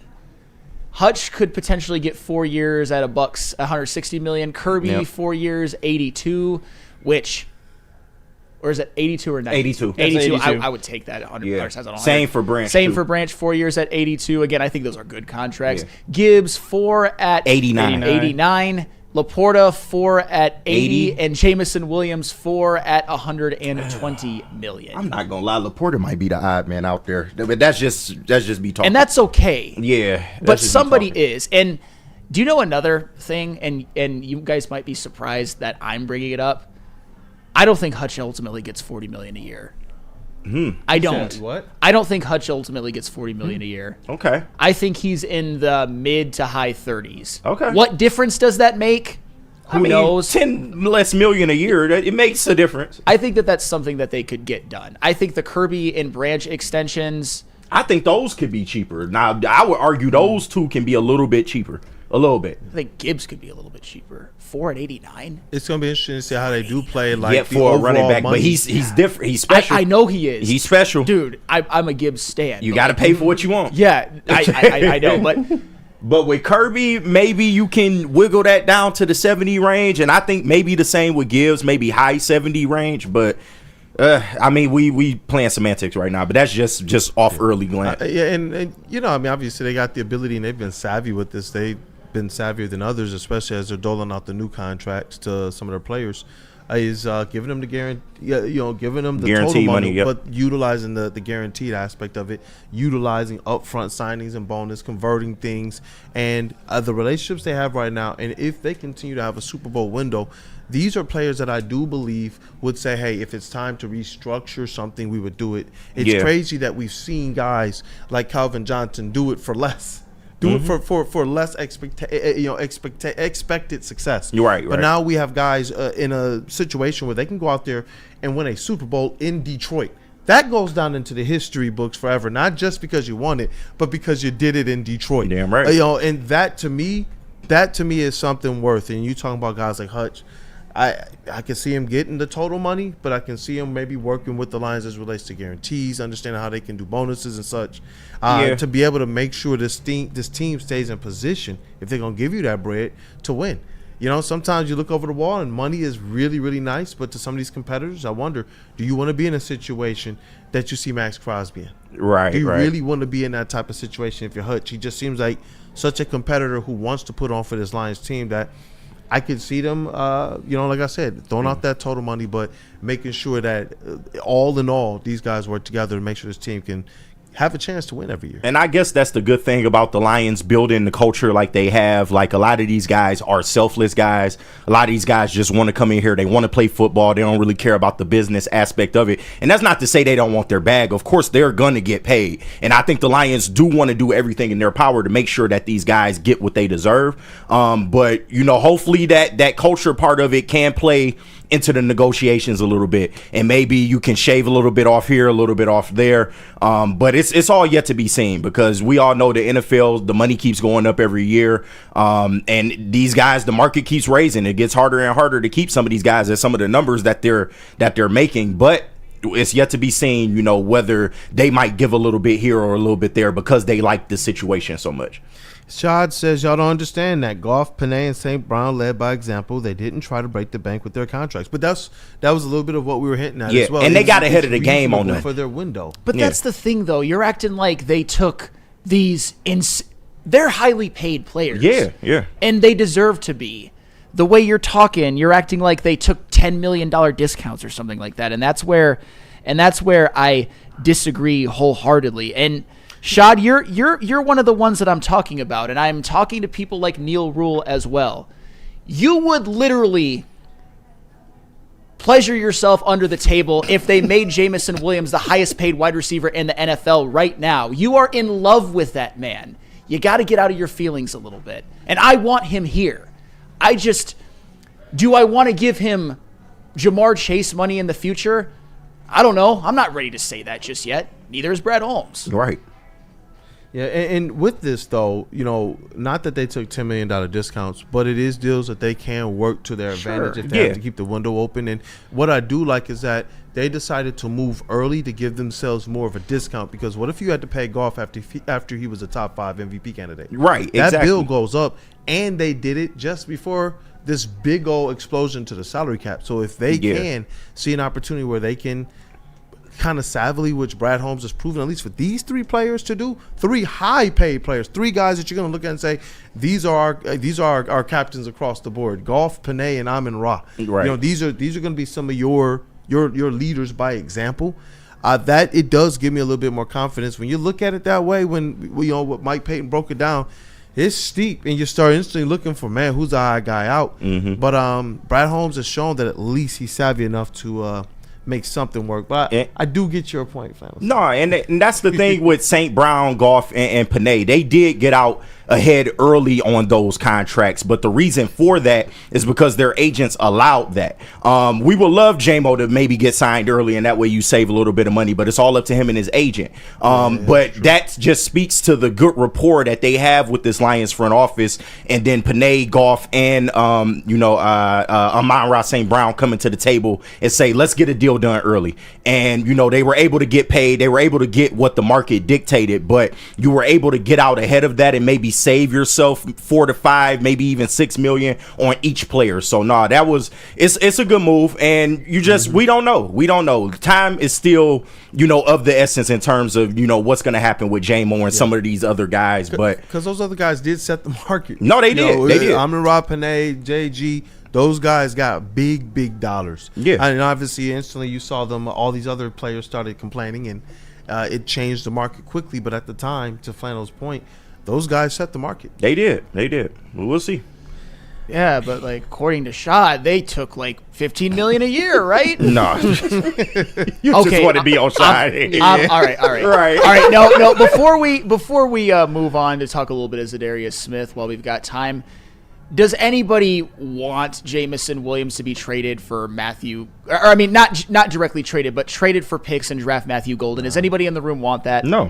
I want to trade it for a rookie. Period. No. Everybody's saying no. So just for the record, and I agree as well. I want J-Mo here for the next couple of years and for the Lions to maximize their, right, I don't want to say Super Bowl window, but their J-Mo window. It maximizes the Super Bowl window as well. And the Laporta window. Yeah. And, the Gibbs window. I mean, there's a reason why they call it a Super Bowl window. Yeah. But because I wonder with this next guy, how much he could change the outlook or your expectation for the rest of this offseason if they brought him back. Interesting. That is very, very interesting. But first, I got to tell you about Mark White. Dream of a new home but feeling the financial pinch? Mark White & Associates, your trusted real estate experts, are here to help. Mark White and his team will pay up to $5,000 of your closing costs. That's right, I said $5,000. Call Mark White & Associates today at 248-290-8242 or visit them at markwhitesells.com. Again, call Mark White today at 248-290-8242 to make your dreams come true. Feldman Chevrolet, Michigan's #1 Chevy dealer, is kicking off the game with the best prices on all cars, trucks, and SUVs, like this 2024 Silverado for just $296 a month, or this 2025 Equinox for as low as $371 a month. Our locations in Novi, Highland, New Hudson, Livonia, and Lansing means we have the perfect Chevy right in your backyard. Get the home team advantage every day at Feldman Chevrolet, Michigan's #1 Chevy dealer. Big injuries, big news. Twice a week, Dr. Jeff Pierce from Michigan Sports and Spine joins Woodward Sports Network for the Injury Insider Report. Big D Energy Tuesdays at noon, and Ermanni and Edwards with Maz Thursdays at 3:30. Get expert analysis and in-depth breakdowns on the latest sports injuries from the man trusted by top athletes in the community, like D-Mac. Whether it's the Lions, Pistons, Tigers, or Red Wings, Dr. Pierce talks us through it all. Don't miss the Injury Insider Report with Dr. Jeff Pierce, your go-to source for understanding the impact of injuries on the games and players we love. Only on Woodward Sports Network. Scan the QR code on the screen or go to MichiganSportsandSpine.com to see if Dr. Jeff Pierce can help you.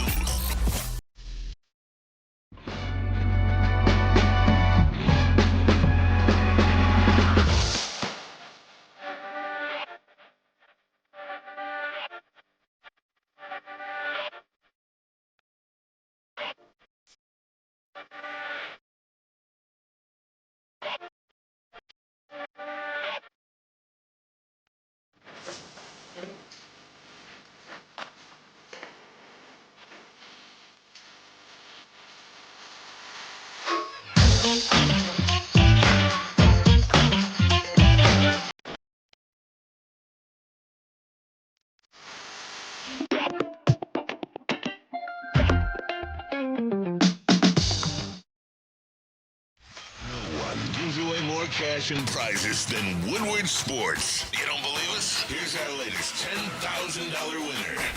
You guys posted, hey, if you guess all this stuff right, we'll give it's $10,000. I'm like, okay, well, why the hell not? And the winning doesn't stop there. How about our Outkick Your Coverage winner? I think you won. We got Tully, everybody. This guy's got a hot girl. Bigger prizes, bigger giveaways. cash, merch, tickets, and more. All from the biggest sports network in Detroit. No one does it bigger and better than Woodward Sports. Make sure you're following, liking, subscribing on Instagram, Facebook, X, and YouTube for your chances to share in the winning. From Detroit's #1 sports network, Woodward Sports.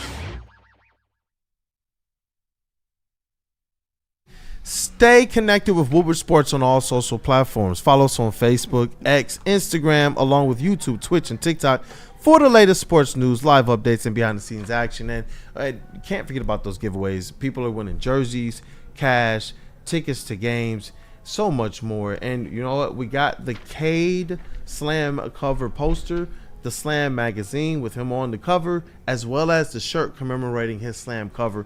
And we're going to be doing a giveaway that will be hitting socials pretty soon. So stay locked in for those playoff Detroit Pistons. And we also got a couple watch parties too. So if you're tapped in with socials, you won't miss a beat.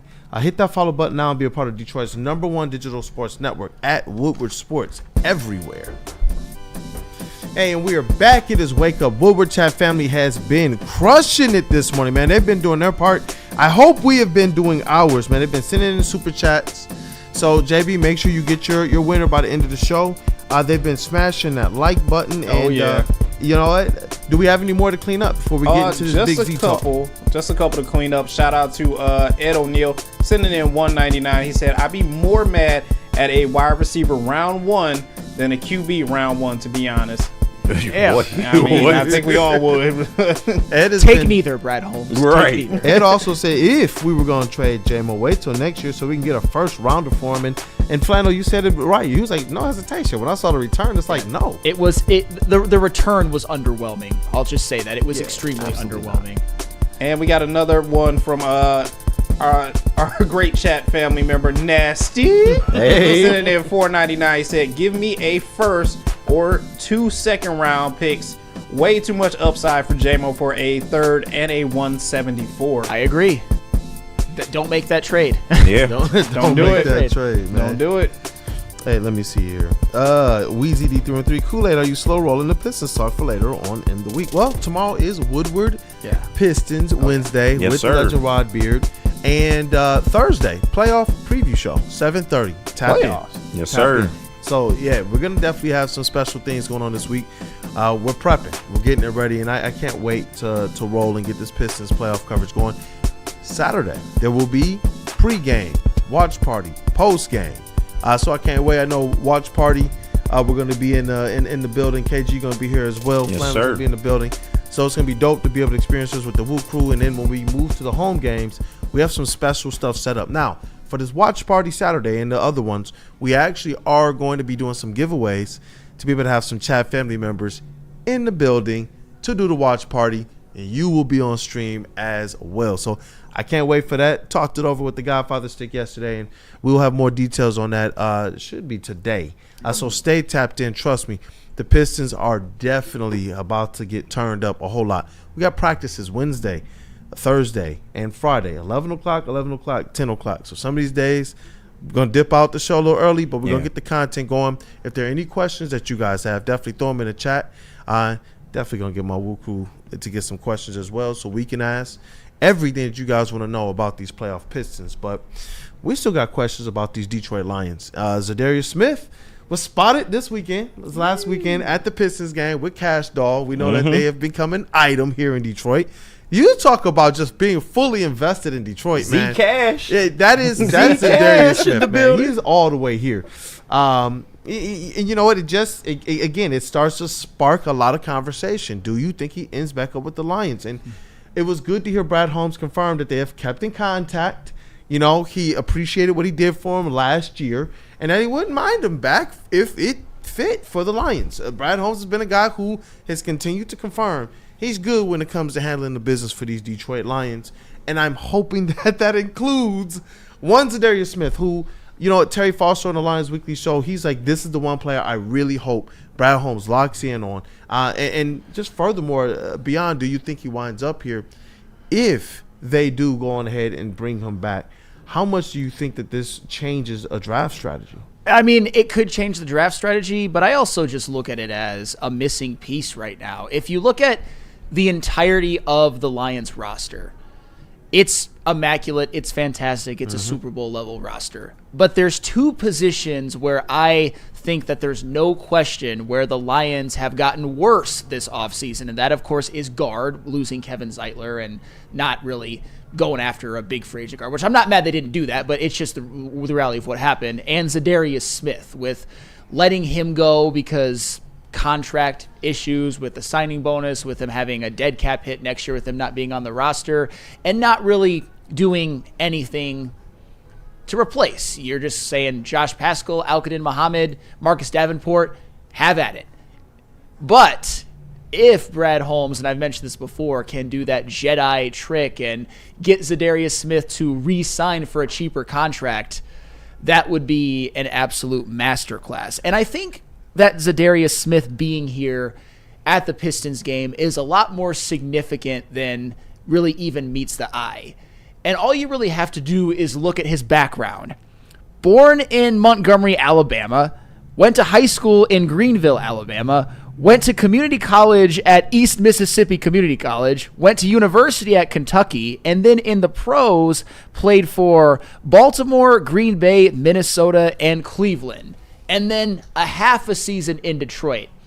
That does not sound to me the makings of a Detroiter who's going to stay here and stick around and go to Pistons games even after they cut him, even after they deprive him of a signing bonus. Yeah. I'm sure Cash Doll is sweetening the pot quite a bit, hopefully often and frequently. But this is, to me, a big deal because Za'Darius Smith could have easily just, who knows if he even had a permanent home here, because he was here for less than half a season, but he obviously has roots and he obviously loves the city, and he doesn't seem to feel scorned. Remember, I predicted, or not really predicted, but maybe surmised, does Za'Darius Smith feel scorned? Does he feel like, man, you're just taking my signing bonus? And I told you, no. Maybe he doesn't. He's right there with Cash Doll, loving life, and hopefully he's back. I completely forgot he went to EMCC. Shout out to the Cougars, man. Last chance you.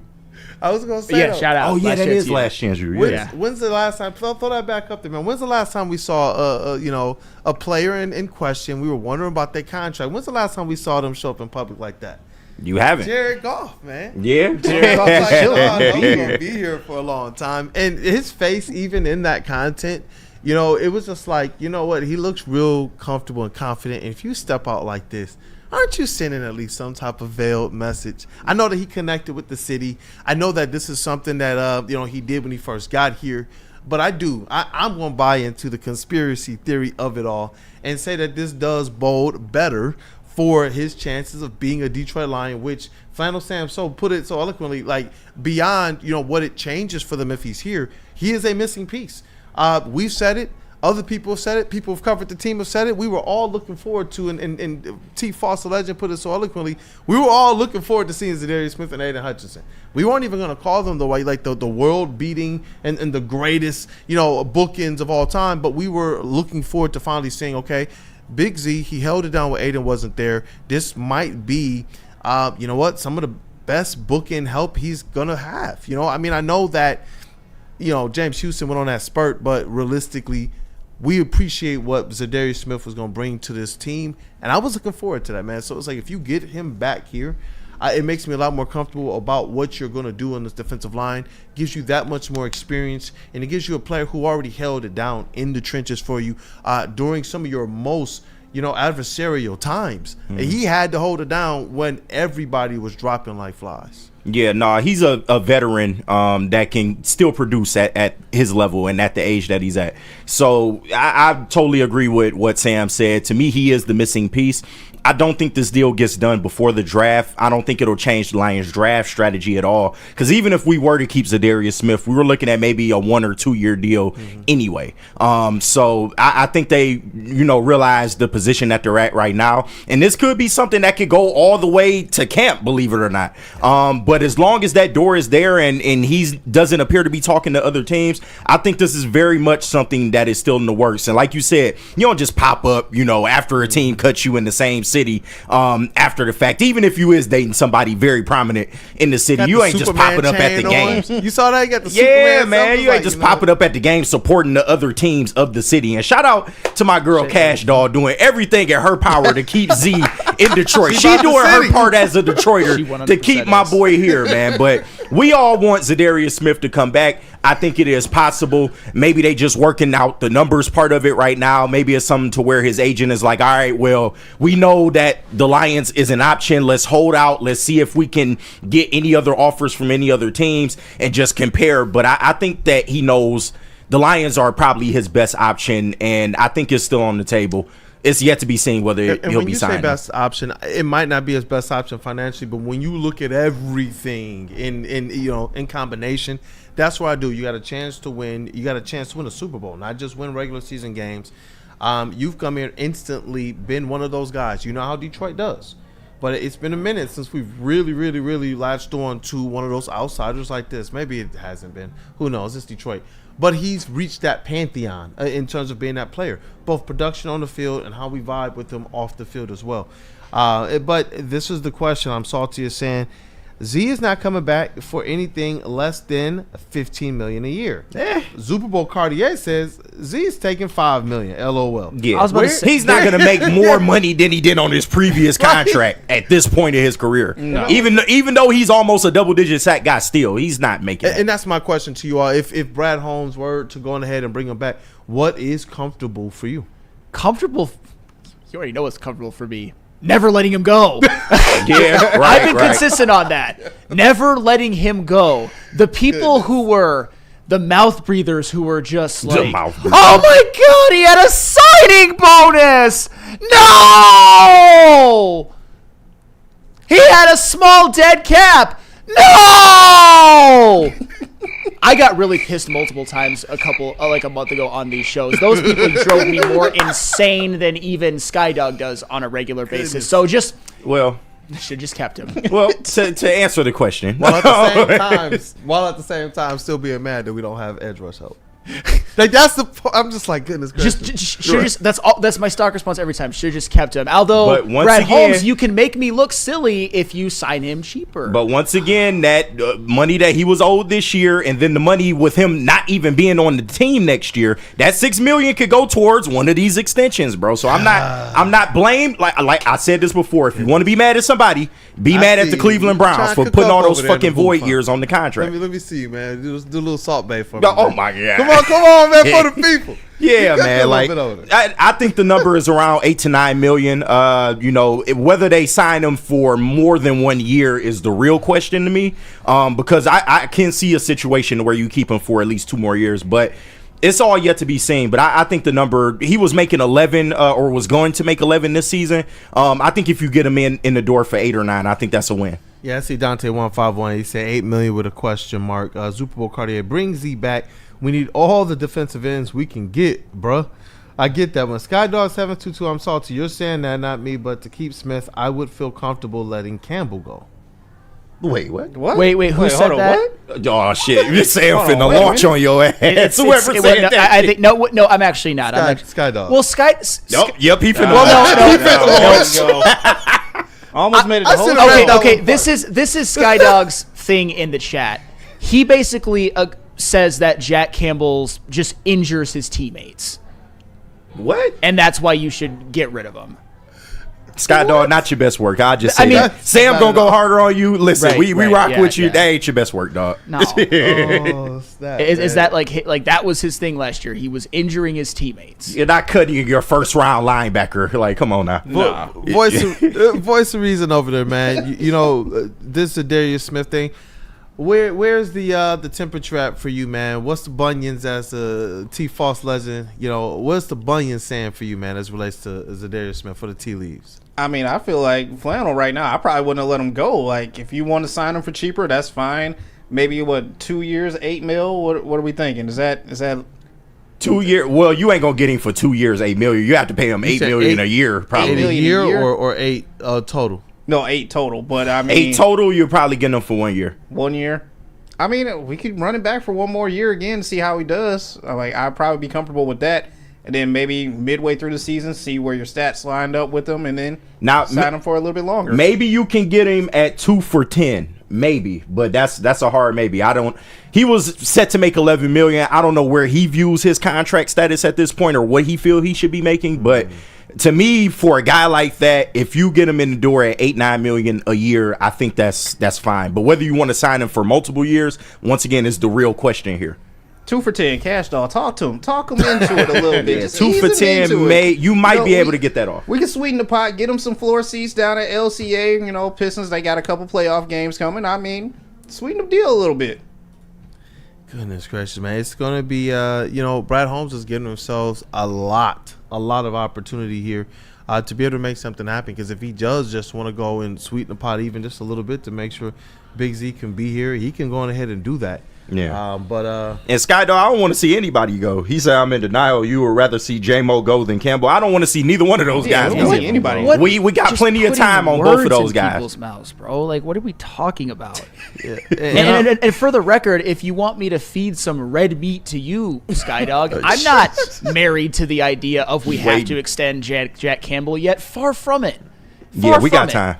Yeah, with Jack Campbell, there's no extension imminent, I don't think. You have a 5th-year option potentially. Yeah, you do, yeah. He's a first-rounder. Like, it's just crazy. I love the linebackers. I love Jack Campbell.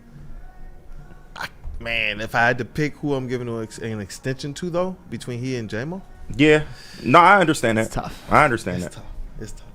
We ain't got to worry about that right now. We'll cross that bridge when we come to it. Hey, you know what? Like Flannel said earlier in the show, I think the best comment was, this is like first world problems. Yeah. This means that Brad Holmes has been doing a whole lot of good things here. And we all know that when you're doing that, some stuff is going to hit the production floor. But ultimately, as long as the bus going forward has the opportunity to be Super Bowl expected during this window, hey, that ultimately is what matters. There's going to be some players that, it hurts, but we've never been here as Lions fans. We've never been here as Lions fans. We've hoped that those guys would stay. Now we have an opportunity where we're going to have to decide how many can we keep. So I'm definitely for it. Easy, man. Easy feeding meat to another man is a crazy analogy. It is. Absolutely.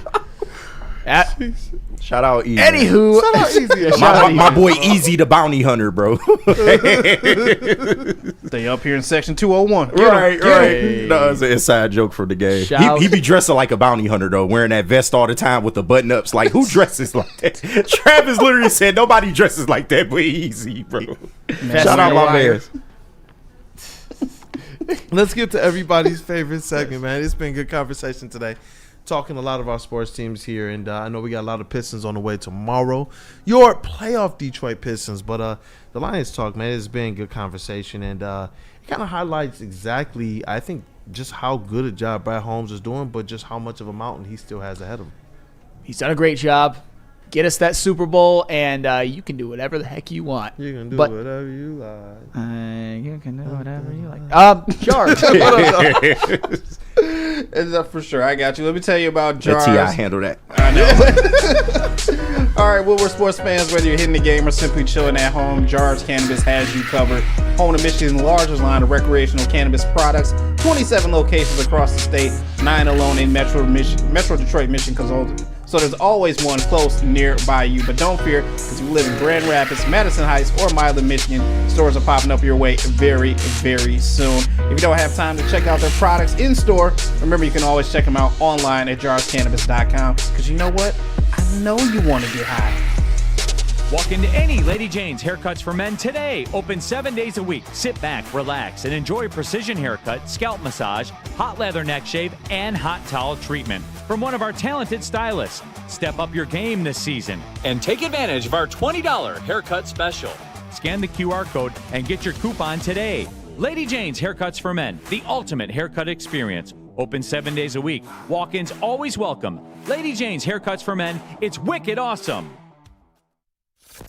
Woodward Avenue, the first paved road in America. Woodward Sports, the first sports network born in Detroit and made for Detroit.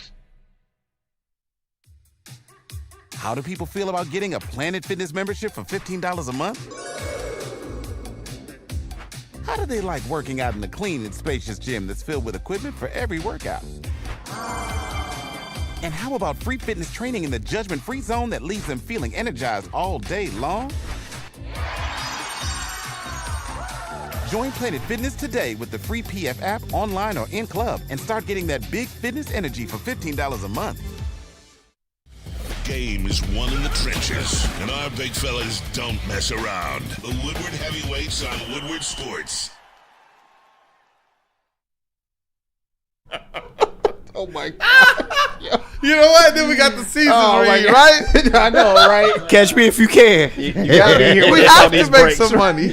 No, for real. If you need to I'm make up some money, against it. if you need to make some money tonight, I it gotta is make tax some money. day. Scan that QR code on screen and take yourself to Caesar Sportsbook, home to us here at Woodward Sports. Use code word Woodward 1000. You can deposit up to $1,000, but all you have to do is place a minimum of a $20 bet, and if it doesn't hit, it'll go right back in your account, so you can get those stacks up because you know you might have to pay off some taxes this year. Yes. Caesar Sportsbook, the official sportsbook of us here at Woodward Sports. Do yourself a favor, make some money tonight. Make some money, man. Ain't What up, getting though, me. people? I love the WUW Crew, man. These breaks, I love it all. Y'all think I'm joking? I'm for real. I'm fucked up right now. I'm on the road again. Catch me if you can, man. Shout out to Eric Shaw. He says, I hope we find a way to keep J-Mo and Gibbs for life. I've never seen speed like this on the Lions.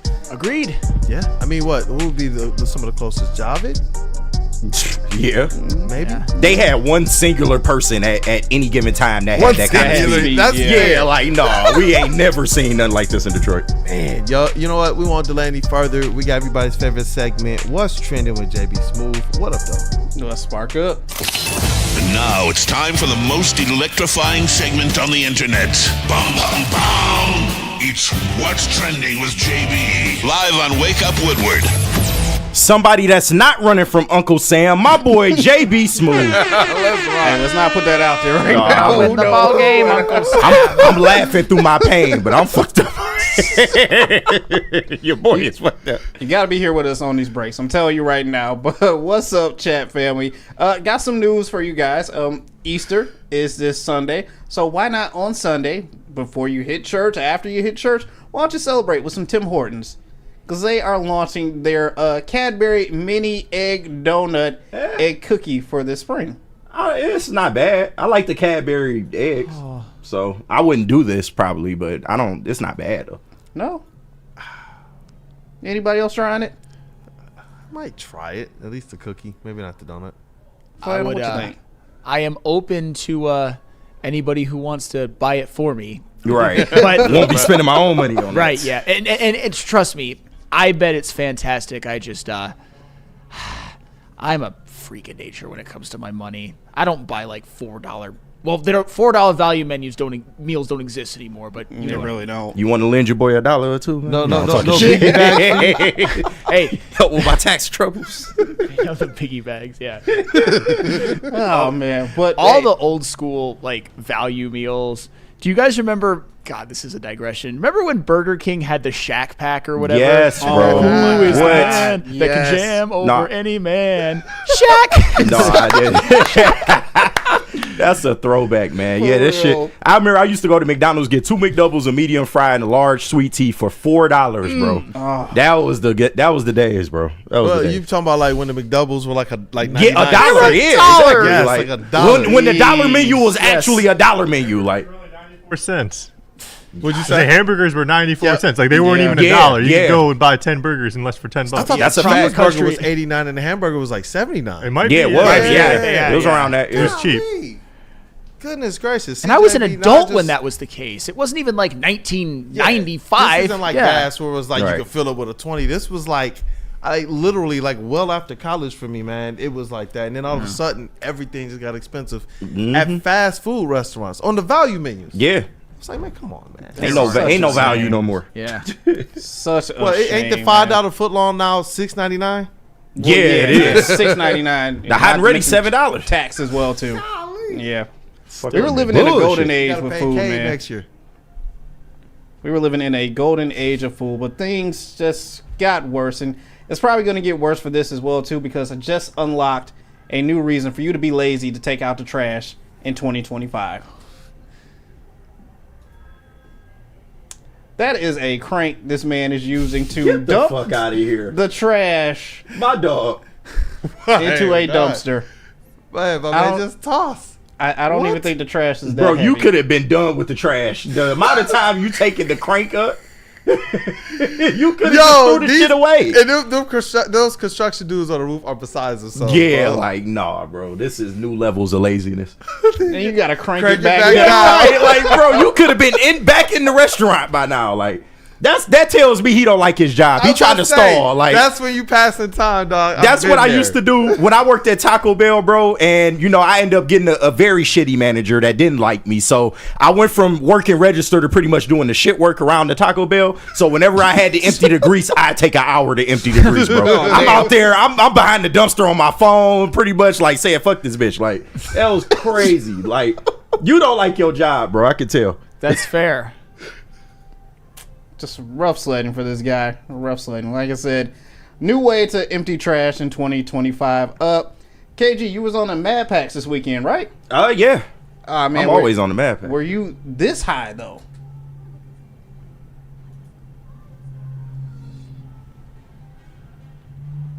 What is that? Shit. On the sauce. high. I like that. No, I ain't been this high. Shout out to Bad Packs, though. Cup is not even open on the sauce. That's and he's just hilarious, eating Oh, snap. whatever this is. I don't even know. Dip in the Biscuit? lid. That's crazy, dog. Dip in the fucking lid. That's crazy, dog. Hopefully you're not this high this weekend. Yeah, but nah. that's just me. Finally, I will end what's trending with this. If you are so upset about recording TikToks for your girl or of your girl, just know your dog feels the same pain as well too. Oh my god. The dog is holding the camera, everybody. Right. Wait, she's in a public place? Dog, they look like they tired of her ass, too. What? She done did this shit. She done had 47 takes. Look at Fennel's face. Man. My man, like, bro, if she do this shit one more time. My thing is, like, you let the dog be the cameraman now. Like, really? All these goddamn TikTokers, man. Just remember something. I will give advice to every single person in this room and on this chat. And this will tell you how I feel about most TikToks. Look around. All right, we're good. Yeah, we're Lip good, we're syncing is stupid 100% of the time, all the time. Damn. And these little dances that also include lip syncing is stupid 100% of the time, all the time. Damn. Fennel Samisms. Right. No lip syncing for Sam. We can't catch you doing the TikTok. No, absolutely Yeah. not. Absolutely not. Even if your wife was like, come on, man, let's do it. Let's do a TikTok dance. Well, she's grown. She's not grown. She's not a girl. Yes. With all due respect. Like, she's a full-grown woman who doesn't have time for this nonsense. I feel you. Shit. Stand on business, man. I ain't mad at it. We got to get Flannel to do a TikTok now. Right. Hey, that dog got steady fucking aim, too. Shout out Really? to that Yeah, dog shout out holding to that that fucking phone in place. Like, that dog has not moved. That's so cool to that dog. That's a trained dog right there. I don't know. We got to get Flannel to do a TikTok, but that's it for what's trending today, everybody. Hey, shout out to JBSmooovv. Always cooking up with what's trending. Hey, brought to us by, we'll say what? Jars? Shout out to Jars. Jars, Loam, Mad Packs. All of it. All of them, man. Sparking up. Hey, you know, let's say what up, though, to some friends. I think we got to say hi to our friends at Feldman and Loom. And Loom. Hey, we'll go with what, Loom first? Yeah, let's do that. That's right. KG? Loom, the good people over at Loom, shout out to them. And did you know that they got all the brands you love now for less, with unbeatable prices, a wider selection, and the best loyalty program around? Loom is the premier destination for new and experienced shoppers such as myself. Experience Michigan's #1 recreational dispensary at one of their 38 locations around the state. Use that code word on the screen right now, WSN30, to get 30% off your entire order. That is online or in store, so don't pass that up. You can go to loom.com to receive all of that good cannabis. And Feldman. Absolutely. Feldman Chevrolet of Novi, Detroit's #1 Chevrolet dealer and the Chevrolet Dealer of the Year for 6 consecutive years. They've got deals of the month. You can get a 2025 Chevy Silverado 1500 Crew for only $199 a month. You can also get a 2025 Chevy Equinox for only $249 a month. Come see George Hawes and his team at Feldman Chevrolet of Novi. Hey, let's jump into it. We got a couple mailbag questions already in the chat. I see Big Con 51 Feldman Mailbag. Who do you got tonight for the play-in game? Who's playing tonight? Well, Orlando and Atlanta's playing one game, and the other one is Sacramento and Dallas. Orlando. I got Orlando. Yeah, and Orlando. you said Sacramento and Dallas? Yeah. You got to go Sacramento. Dallas. Who does Dallas have? No, AD. actually, it's Oh, he's back? Yeah. Oh, shit. Actually, you guys, tonight it is the Grizzlies versus the Warriors. Warriors, yeah. Yeah, so you got Oh, my bad. Atlanta, Orlando, and then Memphis and Golden State. Sorry about that. That's going to be a banger, though. Memphis Golden State. I'm going to go Memphis. That was a Western Conference Finals matchup like 2 years It ago. was crazy, though. They both in the play-in. But, give me Golden State, though. They done been in that play-in spot before, so. I'm gonna go Give me Warriors, Golden man. Chef. Memphis has had a. They just fired their coach. on Like, defense, but I'm gonna go. I'm gonna go Warriors. Well, I guess you already know my prediction for tomorrow then. Dallas, but I'm going to go Memphis and Orlando. And you know, I'll say this too. This is one from me. What is you guys' prediction for the Tigers? Do they get the series win over the Brewers today? I think they get the sweep. Yes. I'm calling for another sweep. Ooh, you just calling a sweep. You Yeah. calling the next 2 games. I'm calling for another sweep. You got Flaherty on the mound today, Reese tomorrow. Why not? So nasty. What a Why pitching not? staff. I think you do exactly what you've continued to do. Win tonight, lose tomorrow. For a 2 out of 3. Yeah. What about you, Cavassier? Tigers, you got them winning this series tonight against the Brewers? Yeah. Yeah. Yeah. I mean, we got Flaherty on the mound, right? Yeah. So yeah, feeling Another good. handle your business game. So Shout out to Sean Belegian. He went out there and took in the game. he'll be yesterday, at the matinee game tomorrow, shout out to Sean. Yeah. and then shout out to his son. Yeah, He just got a job with the Tigers, so shout out to him. He did. Nice. Yeah. Congratulations, Yep. young Belizean. Hey, and what about you, JBSmooovv? I'm calling for the sweep as well with KG. Like, just go out there and handle business these next 2 games. Hey, I agree with that. And I see here Dante151 hashtag Feldman Mailbag, and get your winner ready as well, JBSmooovv. He says, everyone, 2-part question. Did you see what the Colorado Buffaloes are doing before their spring game? That's the first one. And then KG and JB, do you think this wild card against Adam Page in the Owen tournament? Or who do you think is a wild card against Adam Page in the Owen tournament? So, 2-part question from Dante. As far as the Owen Hart tournament, I think he meant Hangman Page. Hangman. Yeah. I think they're gonna have him going against Will Ospreay. I think that'll be the tournament final, and then whoever comes out of that, I mean, probably Will Ospreay. I can see him getting that title shot going into All In, as he's been like the best wrestler on the roster, like hands down. But as far as like Adam Page, they're probably gonna put him more towards whatever they trying to do with him and Swerve. Maybe he helps Swerve in a title match of some sort, going into Double or Nothing. But yeah, looking forward to that though. I didn't see what the Colorado Buffaloes did though. They're retiring Shedeur Sanders and Travis Hunter's numbers. Oh really? Yeah.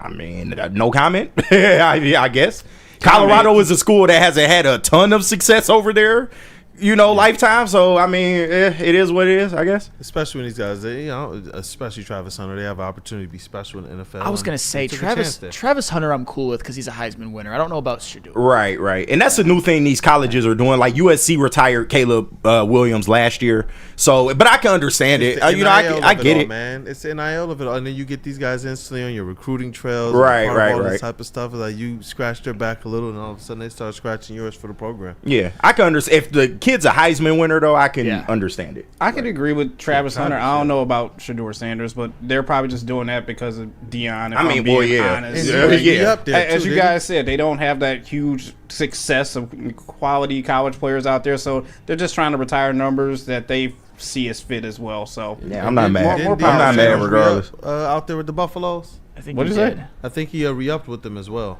Did he? About a week or 2 ago, yep. Oh, yeah, but that's all good when that Florida job opened up. No, I'm talking shit. Telling you, he is gone. No, I'm talking shit. IT Hips hashtag Feldman Mailbag. I thought this was a fun one. This will be our last one here, and then we'll pick our winner for the March giveaway. What are you guys' thoughts on the Pistons restricting ticket sales to only the residents of Michigan for the playoffs? Love it. I love it. Yeah. Love it. Yeah, keep the opposing fans out. I absolutely love this, man. It to me, make this a home court advantage for you. Truly, we know how effective the Detroit Pistons fans can be, and I look forward to them being extra loud in the big moments, man. especially to try and rattle some of the other opponents. Like I am so looking forward to this, and you know, you don't want this to turn into situations where it's like we're playing the Raptors and you can hear their fans in the building. The last game against the Knicks, you could hear their fans in the building. Mm-hmm. So it's just like, I actually like them taking these measures. Obviously, there are ways to circumvent it, but at least on their front, they're doing what they got to do to protect home court. I hate it.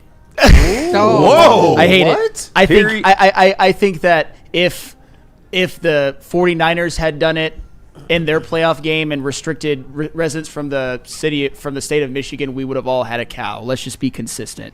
How about I think Pistons fans should on their own just buy up the tickets, and I can see that point of view. I can.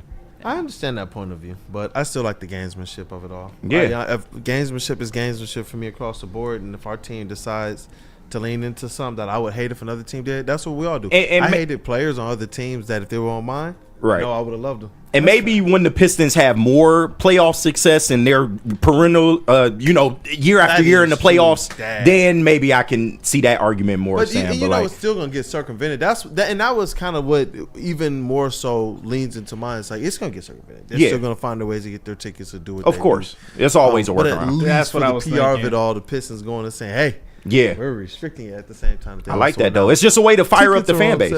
Yeah, that's all it is. Yeah, they put the link out there over here, and then press everywhere. It's like, oh, look what the Pistons are doing, restricting sales. Right. So I get it, man, and I agree with it. But that's an interesting take by you. But I agree with Detroit Arrow. He says, "F New York sports teams." Oh yeah, all day. Yeah. Right now. Yeah. I like some aspects of some New York teams, but it's F the Knicks, of course. Right now, all day. I mean, if you want to restrict it to buying it like on Ticketmaster or all these other websites to just Michigan and like Canada and all those other states, that's fine. If you're like a reseller, then I could probably see you getting some tickets off of that way. Yeah, that's how it's going to go. I mean, Ticketmaster, that's probably going to be the one that's synced geolocation-wise. But all the other ones, StubHub and all that. And believe the Pistons not trying to miss no money. Like, this is more for press. This is more to make them look good. And you better get there. Yeah, it's better to hype up the fan base. That's all. That's all it is. Sheesh. Hey, let's get that giveaway winner. You know what? He has been a member of the chat donating. Make sure you say it right. He has been donating a lot in the chat, so got to shout out him as well too. One Mr. Nasty. Yes. Oh, that's the best name in the business right there. Hey, you already know. Email me kool-aid@woodwardsports.com. I know some of you we're working through that list, so some of you guys should have heard from one Mr. Travis of the social team as well. And we're still working through the list of giveaways, and everybody will be taken care of. Why? Because we appreciate everything that you guys do for us. So again, that's kool-aid@woodwardsports.com. Mr. Nasty. Hey, shout out to everybody, man, who's been smashing that like button. If you didn't get a chance to, go ahead and hit that like button. And shout out to everybody who sent in those super chats. It's a real thing, man, getting the WUW Crew to Vegas, NBA Summer League. It's been a good conversation today, too, man. Oh, yeah. So if that's the show, we're going to get that chest pass. Yes, sir. That's a bucket. That's an assist for Flannel Sam. Hey, like Cade Cunningham, I think that Cade is going to average at least 10 assists per game. Oh, yeah, we should do playoff prediction numbers for sure. We will. That'd be fire. Definitely, man. Hey, but it's been a show. It's been Wake Up Woodward Chat family. Thank you guys for your support. Shout out to our brother Matthew Broder. That do Justin for all you do. What up, Del Cavassier Chase? Hey, what's up, guys? Hope you have a good one. Fast and Loose, episode 6 dropping later with JB and I. He's fast, I'm loose. So yes. Stay tapped in. I live for that. He's fast, I'm loose. Episode 6. We have a special shout out. We told it with Flannel. So there's a special shout out for Flannel. They'll sneak peek from the NASCAR. So hopefully he'll tune in. And JB and I feel like we were pretty lockstep. We came into the studio just as like one mind today with Fast and Loose. So hope you guys have fun tapping in if you do. And stay tapped in the rest of the week. Go Pistons, go Tigers. Let's go Lions. Hey, let's rock, man. This elite booth here, we have Detroit's #1 draft pick, KG, in the sound booth. Rookie of the Year, MVP in the trophy case now. What up, though? Hey, appreciate that, man. And shout out to everybody that joined us today. Y'all know the spiel. Absolutely love y'all. Thank y'all for the support. Shout out to my team, man. Let's keep this shit rolling, man. Go Tigers and Pistons. I cannot wait for Saturday, bro. It can't come fast enough. I can't wait. It cannot. Talking about like 6th seed, not playing, man. Hey, shout out to JBSmooovv, Woodward Sports MVP in the TD booth. What up, though, brother? Hey, what's going on, everybody? Shout out to everyone staying tapped in with us as well too for the day. Great show. Tonight, what do you say? Flaherty's back on the mound again. Yes, sir. Tigers handle business. Jack. NBA action once again at play-in tournament. Come on, Warriors. You got to make it out of this round. Come on, get out Go of with the this play-in. Warriors propaganda. Get again. out of this play-in, man. Shout out to the chef. Well, I'm actually okay with that. Like, Yeah, I am. Getting out of the play-in. That's. Yeah. But he do 100% this shit against the Pistons, and that's what I don't appreciate. Right. Just like I hope the Nah, Lakers. come on, bro. I hope the Lakers beat the T-Wolves in the first round. Yeah. JB, I I hope they care represent about the you. West. As your mans, I got to tell you when you on bullshit. that's fair. That's fair. Hey, and shout out to Gromit. I agree, April and the D, and this is a blast, man, with these teams all percolating at the same time right now. Woodward Sports Woodward Sports Vet of the Squad, still one of our MVPs, man. But Vet of the Squad, Vet of the Network, Red Wings correspondent, and all sports knower Flannel Sam. Chase, you know what actually makes that whole I'm fast and he's fast, I'm loose thing funny? Because naming a NASCAR show Fast and Loose isn't abnormal at all. No. You don't need to distinguish one from the other, but the fact that you do makes it hilarious. I just think it's funny, man. It's hilarious. It is. Y'all remind me of Talladega Night. Shake and bake. Hey, Which Talladega is coming up Yes, next? they're taking off Easter weekend, but then they're coming back for the big one down in Dega, the Cursed Track. Cool video on YouTube, not by JB and I, but somebody else on YouTube. Fun history of Talladega, some superstitions, some curses, some folklore. If you're into it, I think it's by M. Lemon. So If you ain't first, you last. shout out to Chase GPT and that sage wisdom from 1KG, man. It's your boy Brandon, aka Detroit Kool-Aid, your credential Pistons reporter for the network. Shout out to you guys. Stay tapped in, man. It's been Wake Up Woodward. Smash that like button if you haven't got an opportunity to. And thank you guys again for supporting. Let's rock, man. Have a blessed day.